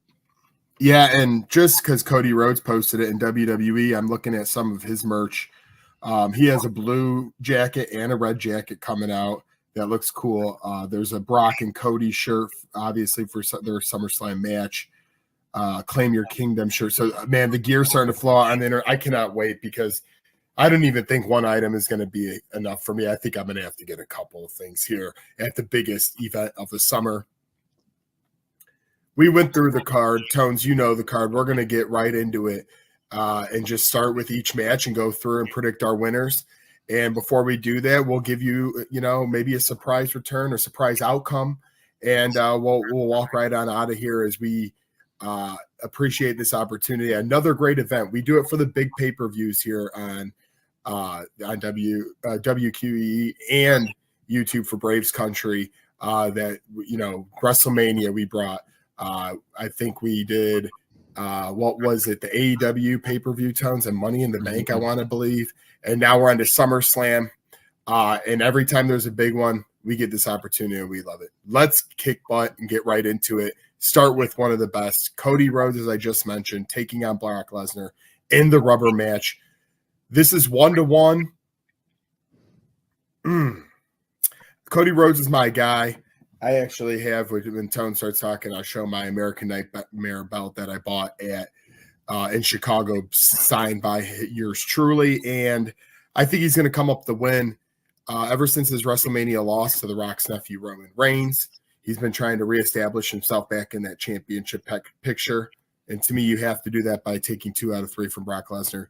You cannot get to where you want to be and finish his story unless it's taking on Brock Lesnar. And for those of you who don't know Cody Rhodes very well, if you have Peacock Network, a documentary is out on him right now that describes his career and how it got here. It will move you, it will shake you, and it will make you become a Cody Rhodes fan.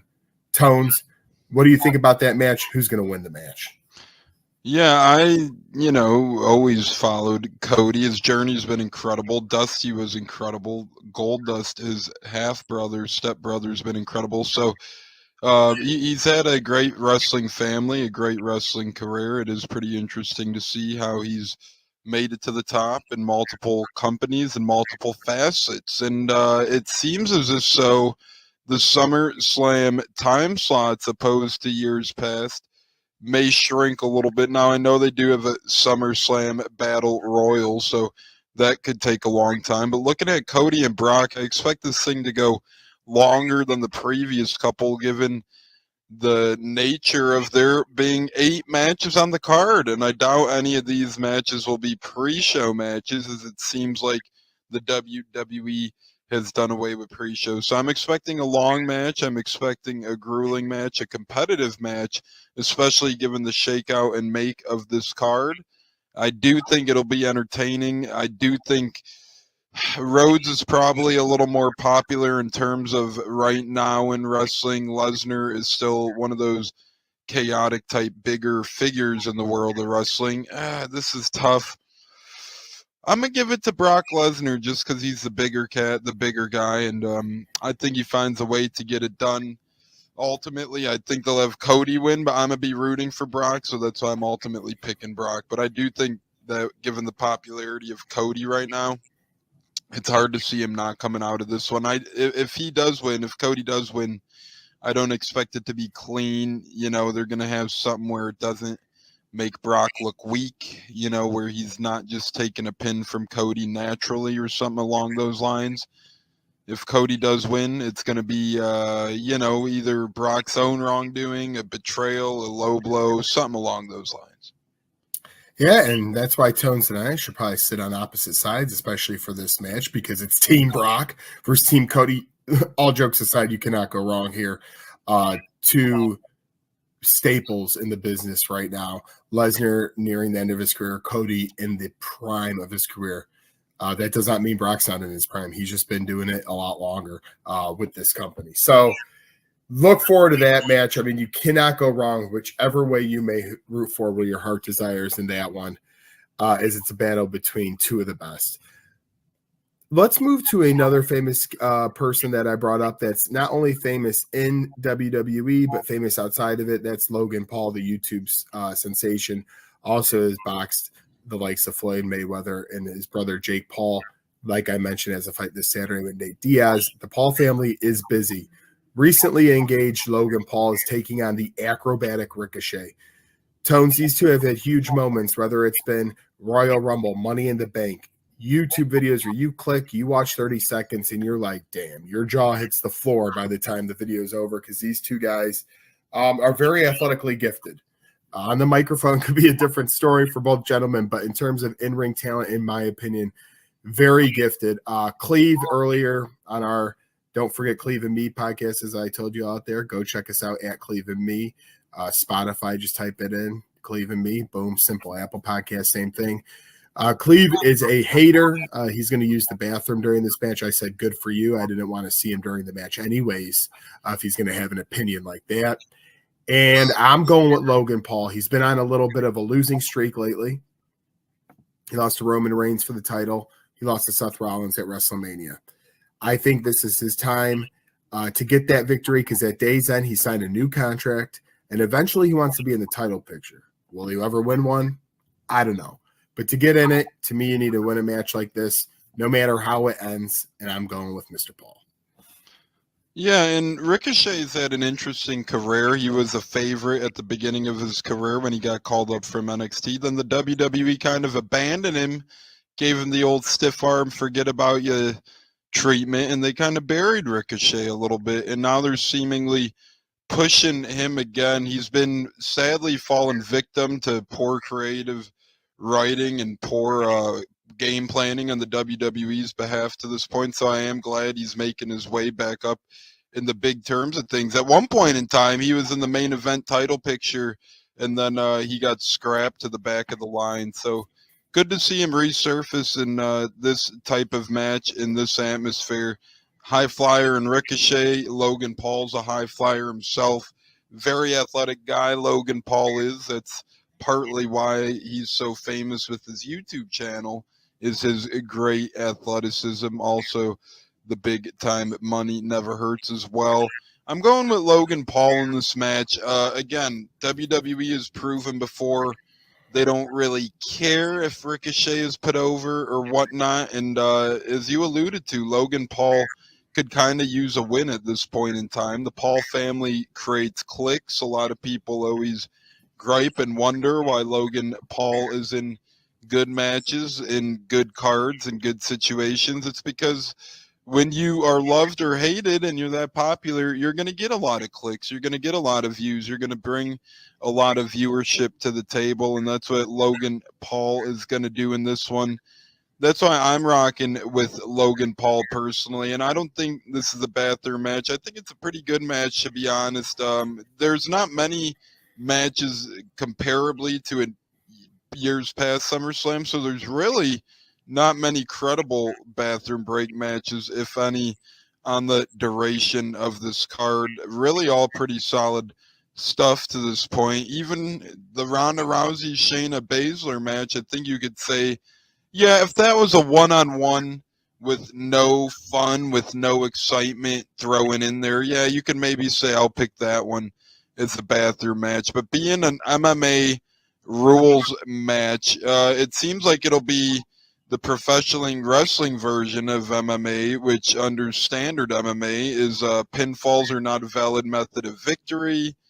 Matches can typically only be won by knockout, submission, disqualification, forfeit, or by going to a referee's decision. So I really don't see the Ricochet Logan Paul match as a bathroom break. That's for dang sure.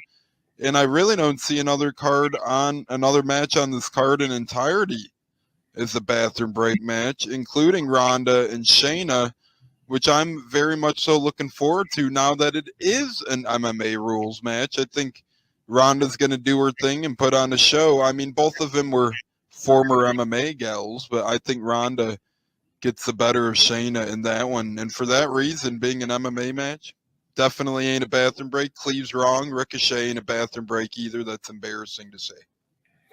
Yeah, and Marcel actually said he was really looking forward to Shayna versus Ronda just because of the Monday packages they put together on Monday Night Raw. It showed a little bit of history. Again, those are two former MMA fighters. Ronda Rousey, obviously the most popular career until Holly Holmes took it to a close in her first loss. And then Shayna as well. Shayna Baszler in NXT, which is the developmental league for wrestling, was huge. Winning title after title. To me, her time should be now. Ronda Rousey's contract is up in the wintertime. Maybe they battle for a while, but in terms of this match alone, I really think giving the win to Shayna would make the most sense. She hit a little lull after her initial come up, and give her the spotlight now. Let her be loved by the WWE fans while Ronda's probably on her way out. And to put a cap on that one, absolutely, Cleve was wrong. Maybe it should be me and Cleve, not Cleve and me, because he was absolutely terrible take of that. Speaking of takes, if you also go to YouTube, type in the four-letter word, as we call it, Stephen A. Smith show. He had on Paul Heyman and Roman Reigns yesterday. Some hilarious comments there on that show. So if you ever want to get a little bit of comedy or preview with The Rock's cousin, Roman Reigns, the Universal Heavyweight World Champion, he's been the champion for 3 years now, many, many days, and it's great for him. That's the main event we'll get to later. I'm predicting Shayna for the MMA fight. That's, again, what Tone said, brings the interest for me. If it's a normal fight, I could be a little bit bored and over the edge with it. But in terms of this MMA rules, I'm interested. I don't know how far they'll take it. It clearly can't be a true MMA fight, but they could put a lot of concepts into it that will make it fun. There is no doubt about that. That's only 3 matches. Now, as we said, Tones mentioned especially, there's 7 official matches in the Battle Royal. Usually there's more to that. We're going to get segments. We hope to see our poll question at Cleveland Me on Twitter before we get into more matches was who's what legend? Those of you out there know The Undertaker, Rock, John Cena, all very famous people. Rikishi, who's a part of the Bloodline family. Who do you want to see? It's not about who will actually come out or what have you, but right now on our poll question, The Rock takes it with 58.3%, and then Cena and Undertaker followed up by Rikishi. Tones, I know you voted in this poll. Who do you want to see as a legend at the Slam of the Summer? And I think there's a couple right answers here. Who we want to see versus who's realistic. I'm narrowing it down to realistically. I think everybody realistically in the grand scheme of things would really want to see The Rock more so than any of these other guys, right? And that's no knock against Undertaker, Cena, Rikishi, but we've surely seen Undertaker and Cena on a more current and common basis than we have The Rock, even though they're sporadic the past handful of years, especially Cena, and now The Undertaker's retired. We've seen Undertaker and Cena still from time to time, and even if they are your favorite guys, you're probably looking forward to The Rock more than those two. So then that boils it down to The Rock versus Rikishi. And sadly, as great as Rikishi is, as big as a legend he is, I think he's got to boil down to the bottom of the pot regardless. And for that reason, The Rock seems to be a choice who you should want to see in an appearance at SummerSlam over the other 4, whether you're fans of the other 3 more so or not. I think you still got to go with The Rock in terms of who you want to see. Now, on a realistic level, if we're being real, I think that's a totally different question. And, we keep hoping for The Rock. We keep dreaming for The Rock.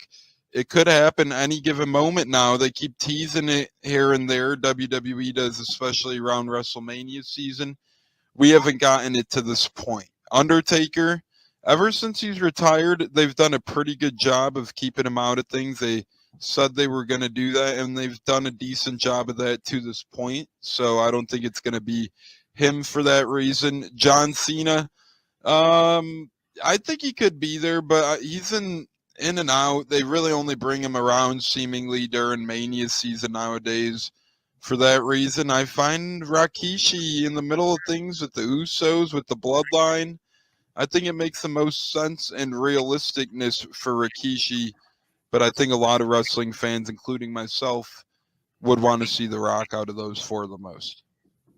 Yeah, and it's crazy because for as many wrestling events that we've been to, from WrestleMania to Money in the Bank, I've seen Thugonomics John Cena. I have not got to see his You Can't See Me entrance. Undertaker, you have seen it. I have not been able to see his entrance. And, of course, The Rock, who's hardest to find. Now, social media-wise, as we all know, people love Twitter or the X or whatever the heck Mr. Elon's calling it these days. The Rock, John Cena, and Rikishi have all been involved in tweets with WWE recently, with their personal accounts. John Cena always says how appreciative he is. Him and a young guy had a segment a few weeks back on another pay-per-view, his name being Grayson Waller. He's also, this Grayson Waller young guy is also called out The Rock. The Rock tweeted in response to him. They had a little back and forth a few weeks back. And then Rikishi, who we all know is Mr. Stinkface with his finisher back in the day, sticking the booty in the old face of people like Vince McMahon, among many others. He's been involved with the Bloodline story, which is in the main event a lot right now. The Usos, Jay and Jimmy, fighting with Solo, fighting with Roman. This one family, which once was a Roman Empire, is dissolving in front of our eyes. So interesting to see there. I was between The Undertaker and Rock because I've never, like I said, I wanted to see The Undertaker entrance. It's just so badass.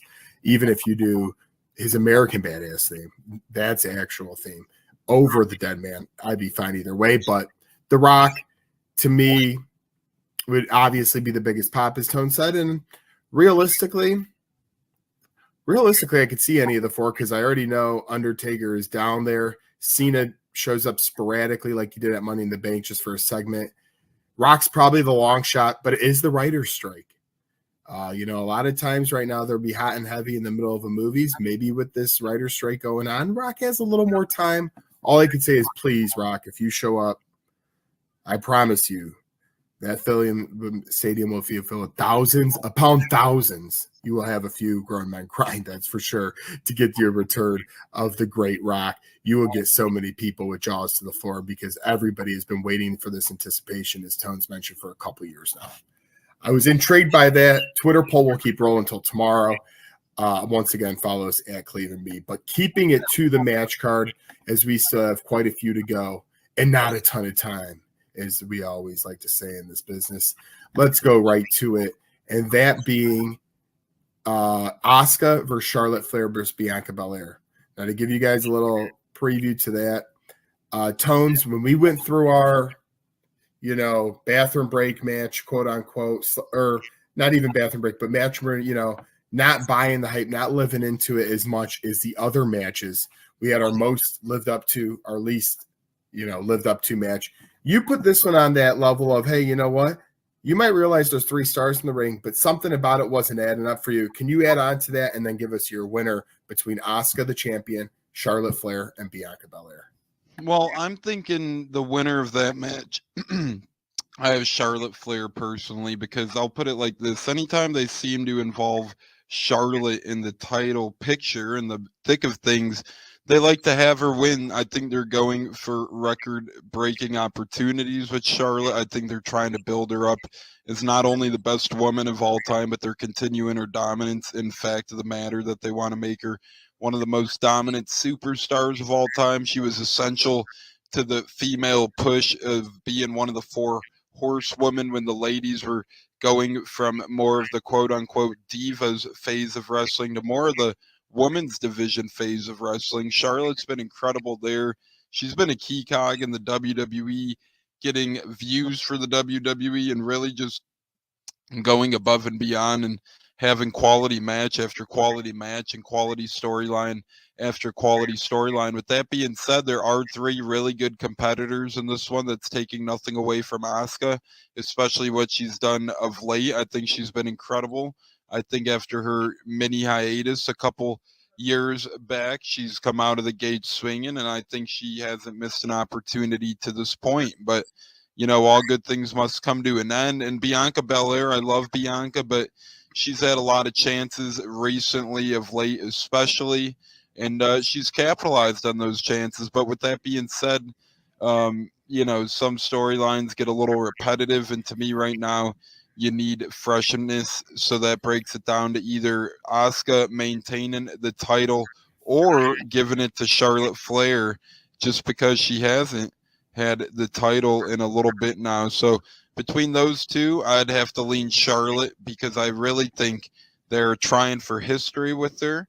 I think they're trying to propel her to the top more so, or continue to propel her to the top more so. And I think at the end of the day, the Flairs are going to be the most dynamic family combo in wrestling history. That's a lot of family combos. That's a lot of star power. We alluded to the Rhodes earlier. We know the Hardys are there. We know the Bloodlines are there. I'm not talking whole storylines, whole factions. I'm just talking father and daughter or son combo. I think that will be the best of him when it's all said and done. So give me Charlotte Flair in that one. I think it's going to be, not as great as people think, only because I think that a lot of people will be unhappy with the Charlotte win, although I'll be very happy. I'm a big Charlotte fan, and I think my reasoning is more than fair on why Charlotte should win this one. It's the best in sports and entertainment, and get locked in and locked down with Rhino Radio Penitentiary, 7 a.m. to 10 a.m. with your host, me, Ryan O'Neill, each and every morning, right here with the best in sports and entertainment, all the way from professional sports to college sports to River Dragons hockey and everything in between, including some of the very best local and national guests. It's the Rhino Radio Penitentiary, 7 a.m. to 10 a.m. Monday through Fridays, right here on 99.1 FM WQEE.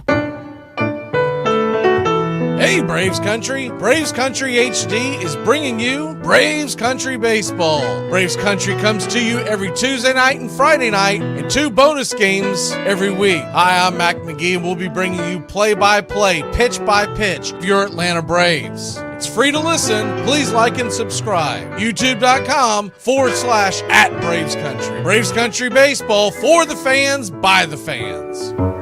Here's good news. There's still a need for hundreds of thousands of cybersecurity professionals in the U.S. right now. And My Computer Career is training people to help meet the demand. No IT experience? No problem. Take the free career evaluation today. Start your new life as an IT pro in as little as 4 months. Grants covering up to 53% of the cost are available to those who qualify. It's not rocket science. It's mycomputercareer.edu.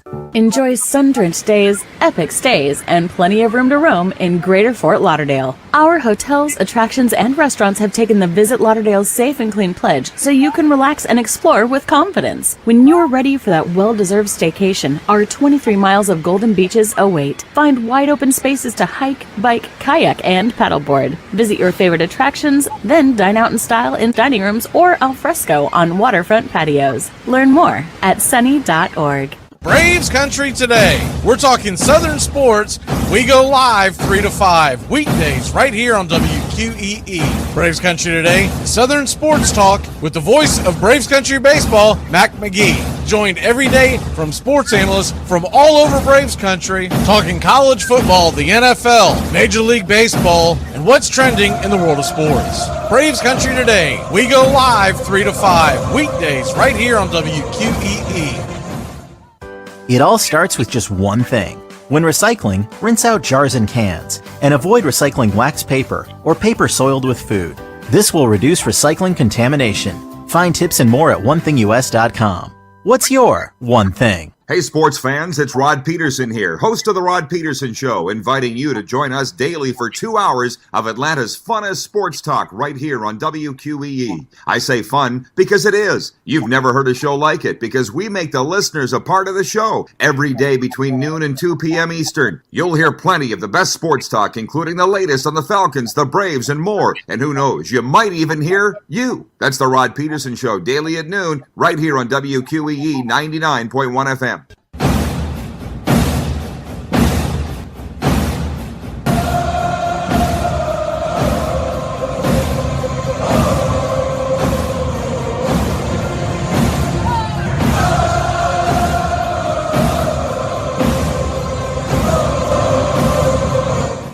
Yeah, and if you put together Ric Flair and Charlotte Flair championships, you're going to have a lot of gold in that trophy room. So that's definitely the best father-daughter duo in the industry, maybe in any sporting event you might go out there.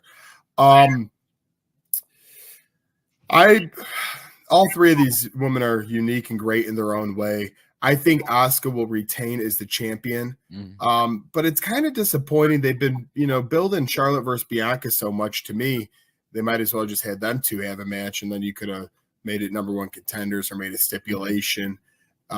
Because Charlotte kind of just seems like the third wheel. Not Charlotte, I'm sorry. Asuka kind of seems like the third wheel right now, and it seems like this title is a constellation prize for her. So she hasn't had it a long time. Her character is a little bit newer and updated. I would keep the championship on her. Charlotte, as you said, she's going to win more titles, but she don't need them. Bianca, I think, could use a little time off after being one of the newest, youngest champions. If we're all football fans here, we all tune in weekly to watch Armchair quarterbacks and football and all that. She's kind of was, in that Patrick Mahomes type of career where she's won both championships in different years against many great people, beating so many of the good ones along the way, whether that be Sasha Banks, Bayley, Becky Lynch, and the list goes on. As much accolades as those two have, again, Asuka is going to be my champion. And I'm not saying that's what I necessarily will be rooting for, but that's just where my head's at right now with this triple threat between these women. So food for thought on that one is this. It's a triple threat just because Asuka has to be careful. She does not have to be pinned to lose this match. I think that's very important to remember. Tones, I'm going to let you choose. We had a few matches left. Before we get to the main event, though, would you rather talk the Intercontinental Championship with Gunther and Drew McIntyre, or the Heavyweight Championship, Seth Rollins, freaking Rollins, and Finn Balor? And both of these matches are interesting because Gunther is with a couple of guys, Ludwig Kaiser and Giovanni Vinci, by his side against McIntyre. So he's got a little posse. Obviously, Finn Balor has his Judgment Day clan. So you could expect outside interference from either one of these, but we'll save the bigger for later. Perhaps we'll get the quote-unquote smaller one out of the way. We'll roll with Gunther against Drew McIntyre, although there's nothing small about the actual competitors in the match. Gunther's obviously coming in as the incumbent Intercontinental Champion. He's a big man. He's done incredible in the WWE. He originated as Walter. Let's all remember that if you've been out of the wrestling game for a while and you are catching this on the WQEE airwaves. It's formerly Walter, and then Ludwig Kaiser and Giovanni Vinci, they often try and interfere in the match. McIntyre, if memory serves correct to a lot of listeners, there was a lot of speculation not so long ago about the future of McIntyre, where he was going to end up, his whereabouts, if he was AEW bound, if he was just going to take a little bit of a hiatus, what his problems were, or not problems necessarily, but what his status was in the world of wrestling. It seemed like a safe bet that WWE assured him they'd be putting him in some powerful storylines, and I think that Drew McIntyre winning the Intercontinental Championship right now would help prop that belt up to more of a possible, main event title. You could literally, not saying Gunther can't, but if you have Drew McIntyre with the Intercontinental Championship, you can make sense of that as a main event title on a lesser pay-per-view, like the one we're going to in Indy, for, an example. You wouldn't mind a McIntyre, just throwing examples out there, say McIntyre Riddle match for the, Intercontinental Championship. That could very much be main event worthy. For that reason, I'm going with McIntyre. I think he's sticking around for a reason. And at the same time, I think Gunther could use a little bit of freshness, and you never know if he moves on to bigger and better titles or different storylines as well. I could see him rivaling with a couple of guys out there right now, or I could see him making his way into a couple of title belt situations in quote-unquote larger terms of things as well. Yeah, and Tones wasn't kidding. I mean, this is two big men. We got 6'5", 6'4", behemoths going at it. But not so fast, my friend. I'm going to stick with Gunther, who I did mention, in about a month he would pass the Honky Tonks, the longest record for holding that IC title. I think he will get to that point. To do that, you have to beat Drew McIntyre, obviously. I like both gentlemen. I might even be rooting for Drew. I just think it's Gunther's time to keep going on this role in the faction of Imperium that he is. And Drew McIntyre, the future always seems to be a little bit up in the air with him. He took some time off, and a lot of rumors were spread, none to his chagrin or the WWE. But you never know what could happen. And Gunther, don't kick a good thing while it's done. I think you just have him keep handling that belt and keep moving forward. I think we could also get a round two of this. After this WWE SummerSlam pay-per-view, there's a pay-per-view called Payback. What does payback mean in all terms of life? You're getting revenge on something or somebody else. That's what the hence of that pay-per-view will probably mean. So you could see some repeat matches at the following pay-per-view in September for WWE Payback. But sticking to the task at hand, this, Tones, I voted on the Cleveland Me show last week, is the most exciting match of the night. These two have been in the ring before. They've been in triple threat matches involving Sheamus as well. These two men will not leave anything out there. And just because they're 6'5", 6'4", and both over 250 pounds doesn't mean they can't move. These men are athletically gifted. This is not your Rikishi, Viscera. These are not your, even Umaga. These are giftedly athletic. I mean, I'm making up words trying to keep up with these two gentlemen. It is going to be awesome to watch. And the IC title is finally reestablished. I think either way, it's a good win because of, these two. Drew McIntyre carried the WWE during COVID, being the main champion. Gunther has carried, the middle card with his faction Imperium for a while now. So I cannot wait to see, give us a twist here. Give us something interesting because Tones, before there's the Battle Royal, which I want your opinion on the Battle Royal, and we'll involve it in that. But there's also people that a lot of folks know out there, Randy Orton, Bray Wyatt, people that are making millions of dollars a year for this company that haven't been around that people would love to see. Could they involve themselves in any of these matches? Will they not even be there at all? Who knows? They're just rumors. But the Battle Royal, which they're bringing to SummerSlam, is a possibility of that happening. Tones, I know we're going to get to the heavyweight championship in a minute, but really quick on this Battle Royal, are you a fan of them? And do you think it was a good twist to involve a lot of stars? Because let's face it, when you only have 7 or 8 matches, there's so many more people. Maybe this is the best way to get them in. Yeah, and they're kind of doing it like they do with the Andre the Giant Battle Royal at at WrestleMania. I'm sorry, where they can't get everybody in to the card, so they got to put in more individuals in one big match. So that's where the Andre the Giant Battle Royal comes from for Mania, and that's where the SummerSlam Battle Royal seems to be stemming from this year for SummerSlam. Obviously going to be a lot of stars in there. I am a fan of these matches for these type of pay-per-views because it gives everyone a shot to be on TV. Sure, in the grand scheme of things, these wins might not add up in terms of, your resume builders. They might not hold much weight and credibility, but in the grand scheme of things, given the nature of the pay-per-view at the time of viewership, they're very fun, they're entertaining, and they make for great surprises and returns. And if memory serves me right, years back, that's where Bray Wyatt and Matt Hardy ended up becoming a team, was actually at a Battle Royal. I don't think we're going to see Bray Wyatt at this one. I do think we see another rumored individual return at this one to help out some of his brothers who might be taking spot in the Battle Royal. I think we might see a Carlito return. It's been rumored for a while now. We've seen flirting going on from both sides, his behalf, WWE's behalf. Reporters like Sliced Wrestling have commented on the subject and whatnot and all of that good stuff. So it's very interesting to me that they are including a Battle Royal, and it seems like they're almost doing it for the perfect place for a surprise. And what a better surprise would it be other than Carlito, who's been rumored to return for a while now. We've seen a one-off of him here, one off of him there, but he's really had no, long stretches of consistency, showtime of late in terms of wrestling, in terms of WWE. I think we could get that maybe here, and I think we could build him into a storyline just off of the Battle Royal alone. I'm looking forward to the Battle Royal, especially being in attendance. I think it's going to make it that much better. Seeing it live and personal is always nice, especially for those types of wrestling matches where there's so much going on, all the cameramen can't keep up.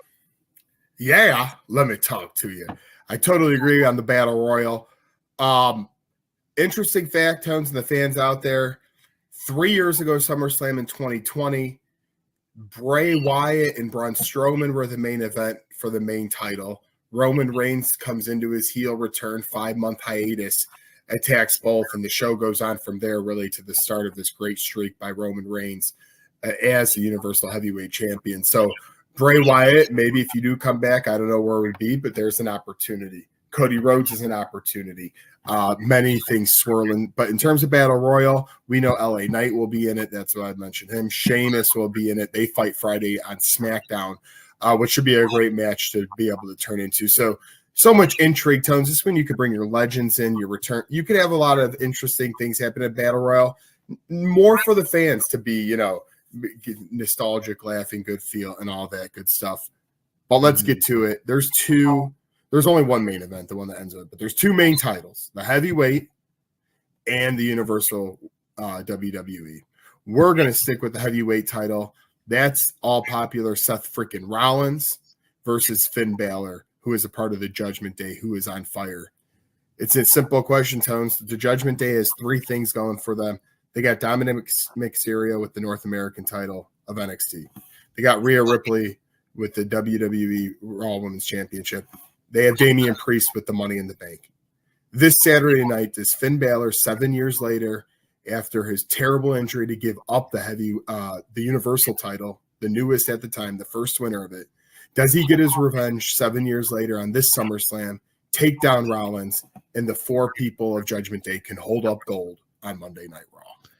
I do think that's the case. I think that's ultimately the goal of the WWE. I think it's pretty evident that at this point they do want every member of the Judgment Day to hold a belt, and I think that's where it's going to be, and I think that's the direction they're going, or at least hold something, and they still have the Money in the Bank in their corner as well, so a lot of things could happen.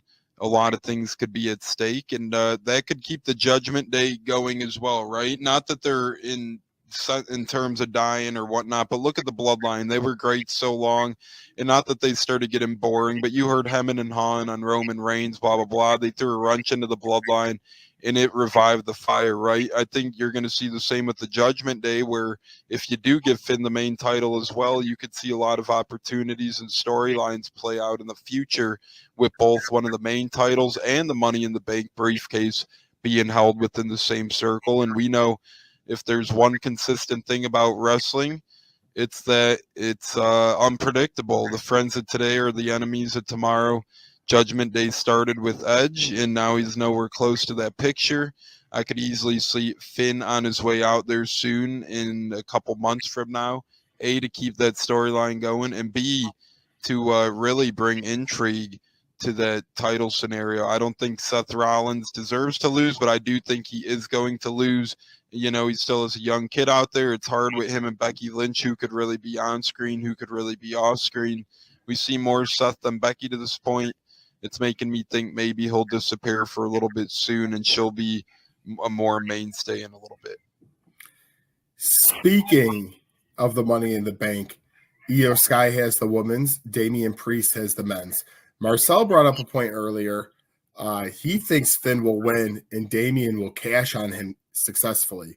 I thought and predicted Finn will win, but Damian will almost cash in, but it doesn't happen. He gets to keep the briefcase, so it starts a little more drama there. Sometimes WWE is quick to pull these triggers, Tones, on Money in the Bank. Do you see either briefcase being heavily involved to the point where there's a failed or accepted winning cash-in? And for those that do listen to Cleve and me, we did talk about this a couple episodes back as well. And I thought I had a similar idea to Marcel. If he did cash in Damian Priest, I think that he would find himself successful. I don't think they'd waste a cash in. I ultimately don't think he cashes in. Again, I think they're going to stretch it out a little bit, add fuel to the fire, keep that storyline going. Yeah, I think if anything, he'll fake cash in or like sneak up and almost cash in and kind of keep everyone on their heels, keep people on their toes, keep the intrigue at an all-time high. Yeah, and that's what I got Finn Balor winning. And listen, he deserves it. It's been a long time coming. Again, 7 years ago, he wins the main title. One night later, has to give it up due to an ACL injury. I think on Monday Night Raw, they should have all 4 of these people hold their titles and briefcases high and get a great picture. Then you could let the drama seep in with Damian Priest, the Money in the Bank. Like Tone said, all good things come to an end. Bloodline had their moments. It got reinvigorated by Sami Zayn. Now they're fighting. Anything's possible. Look at Imperium with Gunther. They have the IC title, but sometimes Gunther gets mad at his men. To be successful, there's got to be some nasty along the way. At day's end, I think the heavyweight championship goes in the eyes of Finn Balor. I'll be rooting for Seth Rollins, but I think the Judgment Day completes the Fantastic Four and has a big day. Tones, it's main event time. Before we get out of here, once again, we want to thank Braves Country and WQE for letting us host this wrestling event. Do not miss us. You can find us at Cleve and Me on Twitter. You can type in Cleve and Me, Spotify, Apple Podcasts, wherever you may do it, and get our coverage. Please follow, please comment and question. We would love to challenge anyone out there. And also, bring it on. But let's bring it on to the main event. Roman Reigns, the nephew of The Rock. The Usos related to The Rock. Everybody is related to The Rock in this damn family, including Solo Sikoa. We mentioned Rikishi a little bit. Tones, I don't think it's a matter of – there are some people who think Jay can win this thing. But for the most part, I think people see Roman coming out as champion. If you don't, I want to hear details on it. But if you do think Roman's going to win, while I predict it, give us how does this go? Does Jimmy come back? And if he does he help out Jay? Does he turn on Jay and help out Roman? Do we get Rikishi? Do we get a younger family member who just started wrestling to join this bloodline family? There's so many possibilities. But like I said earlier on Cleve and me, and like I'm predicting right now, Roman Reigns will get the victory. I do think Jimmy Uso comes back. And I'm going to throw a little wrench in this. Jimmy helps Jay. That's normal. Brother and brother. Fine. Then Roman and Jay do a finisher on each other. Solo then comes in the ring and takes them both out with his finisher. And I think you're going to get Roman laying down on one side. You're going to get Jay laying down on the other. Solo in the middle with his hand up. 10 count happens. Roman keeps his belt. And everybody's pissed off at the end of it because Solo's the one standing in the middle of the ring with his head held high. And Jey Uso's opportunity goes by the wayside. And that's how you get the fourth family member of Solo to start to become real big time. That's my little twisting shock at the end. It was spur of the moment. I'm not saying how realistic it is, but anything's possible at this point with the bloodline tones, as you know. Yeah, anything really is possible. I don't necessarily hate that idea. I could very much see it happening, probably more so than what I'm about to say, but I think I have it played out as Rikishi coming back, but Rikishi shocking the world and helping out Roman Reigns in this one over the Usos, and this will ultimately have a long-term effect, and The Rock will eventually step up to the plate against Rikishi around Survivor Series time. The Rock will have the Usos back. Rikishi will have Roman's back. It's going to get the whole family involved and slowly drag into WrestleMania. I see Roman Reigns winning this with the help of Rikishi. Rikishi throws a wrench into things. He's been a heel his whole life. I could really see, at least for a little bit time to time, him, Roman, Paul Heyman, and Solo, they would bode pretty well together, in my opinion. I think Uso brothers do help each other out. I think that the one returns in this one, tries to help his brother out. Ultimately, his dad comes out and says, "Not today. Respect your elders. Respect where you came from. Respect Roman and Paul Heyman." And honestly, I think I like that more than mine, just to have, Survivor. Oh, yeah. I know. But I love your, Survivor Series isn't too far off. It's going to be in our hometown of Chicago. Wish we could go, but with a wedding and football game and everything, it's going to be not possible to do. But that's how you could get that going, right? Rikishi, they would all think he's there to help the Usos. He does help Roman. Then you could bring The Rock, as everybody wants to love him. And if you smell what The Rock is cooking, I'm going to say this, Tones. We're going to SummerSlam this weekend. I'm looking forward to be honest. I think I'm even looking forward to it more than the two WrestleManias we went to, because each week, each month, our wrestling knowledge grows. The things we go to grow, and the fewer opportunities we'll get in the future. So this is going to be amazing. I cannot wait for this time to take on this journey.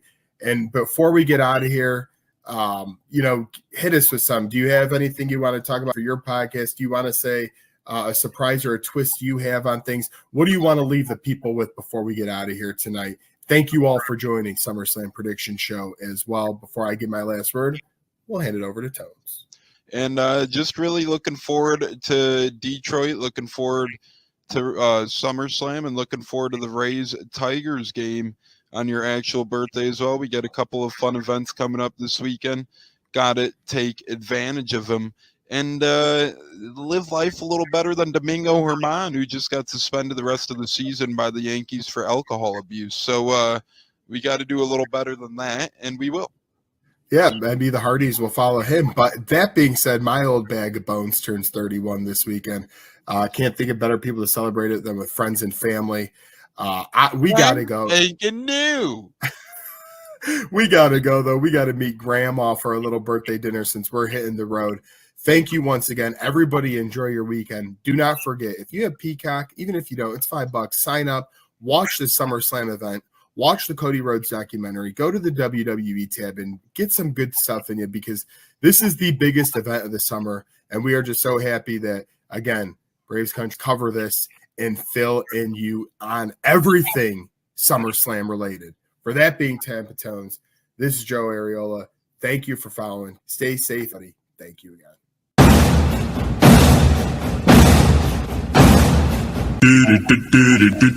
Goodbye, sweetheart, well, it's time to go. We're back tomorrow with another show. Well, unless we're fired, we'll talk to you then. Goodbye, sweetheart, goodbye. Goodbye. Guys and gals, it's time to go. We'll see you on the next show. Same bat time, same bat channel. Thanks for listening to Braves Country with Mac Magee and the Armchair Quarterbacks on 99.1 FM WQEE, The Key in Noonan, Georgia, and simulcasting on youtube.com/@Braves Country.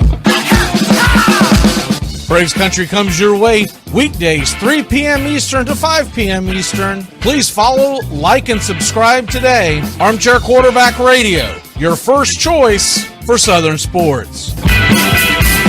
Something of the 5th of September. Something of the 5th of September. She said a lot that I can't remember. Something of the 5th. Gonna get another cigarette, please.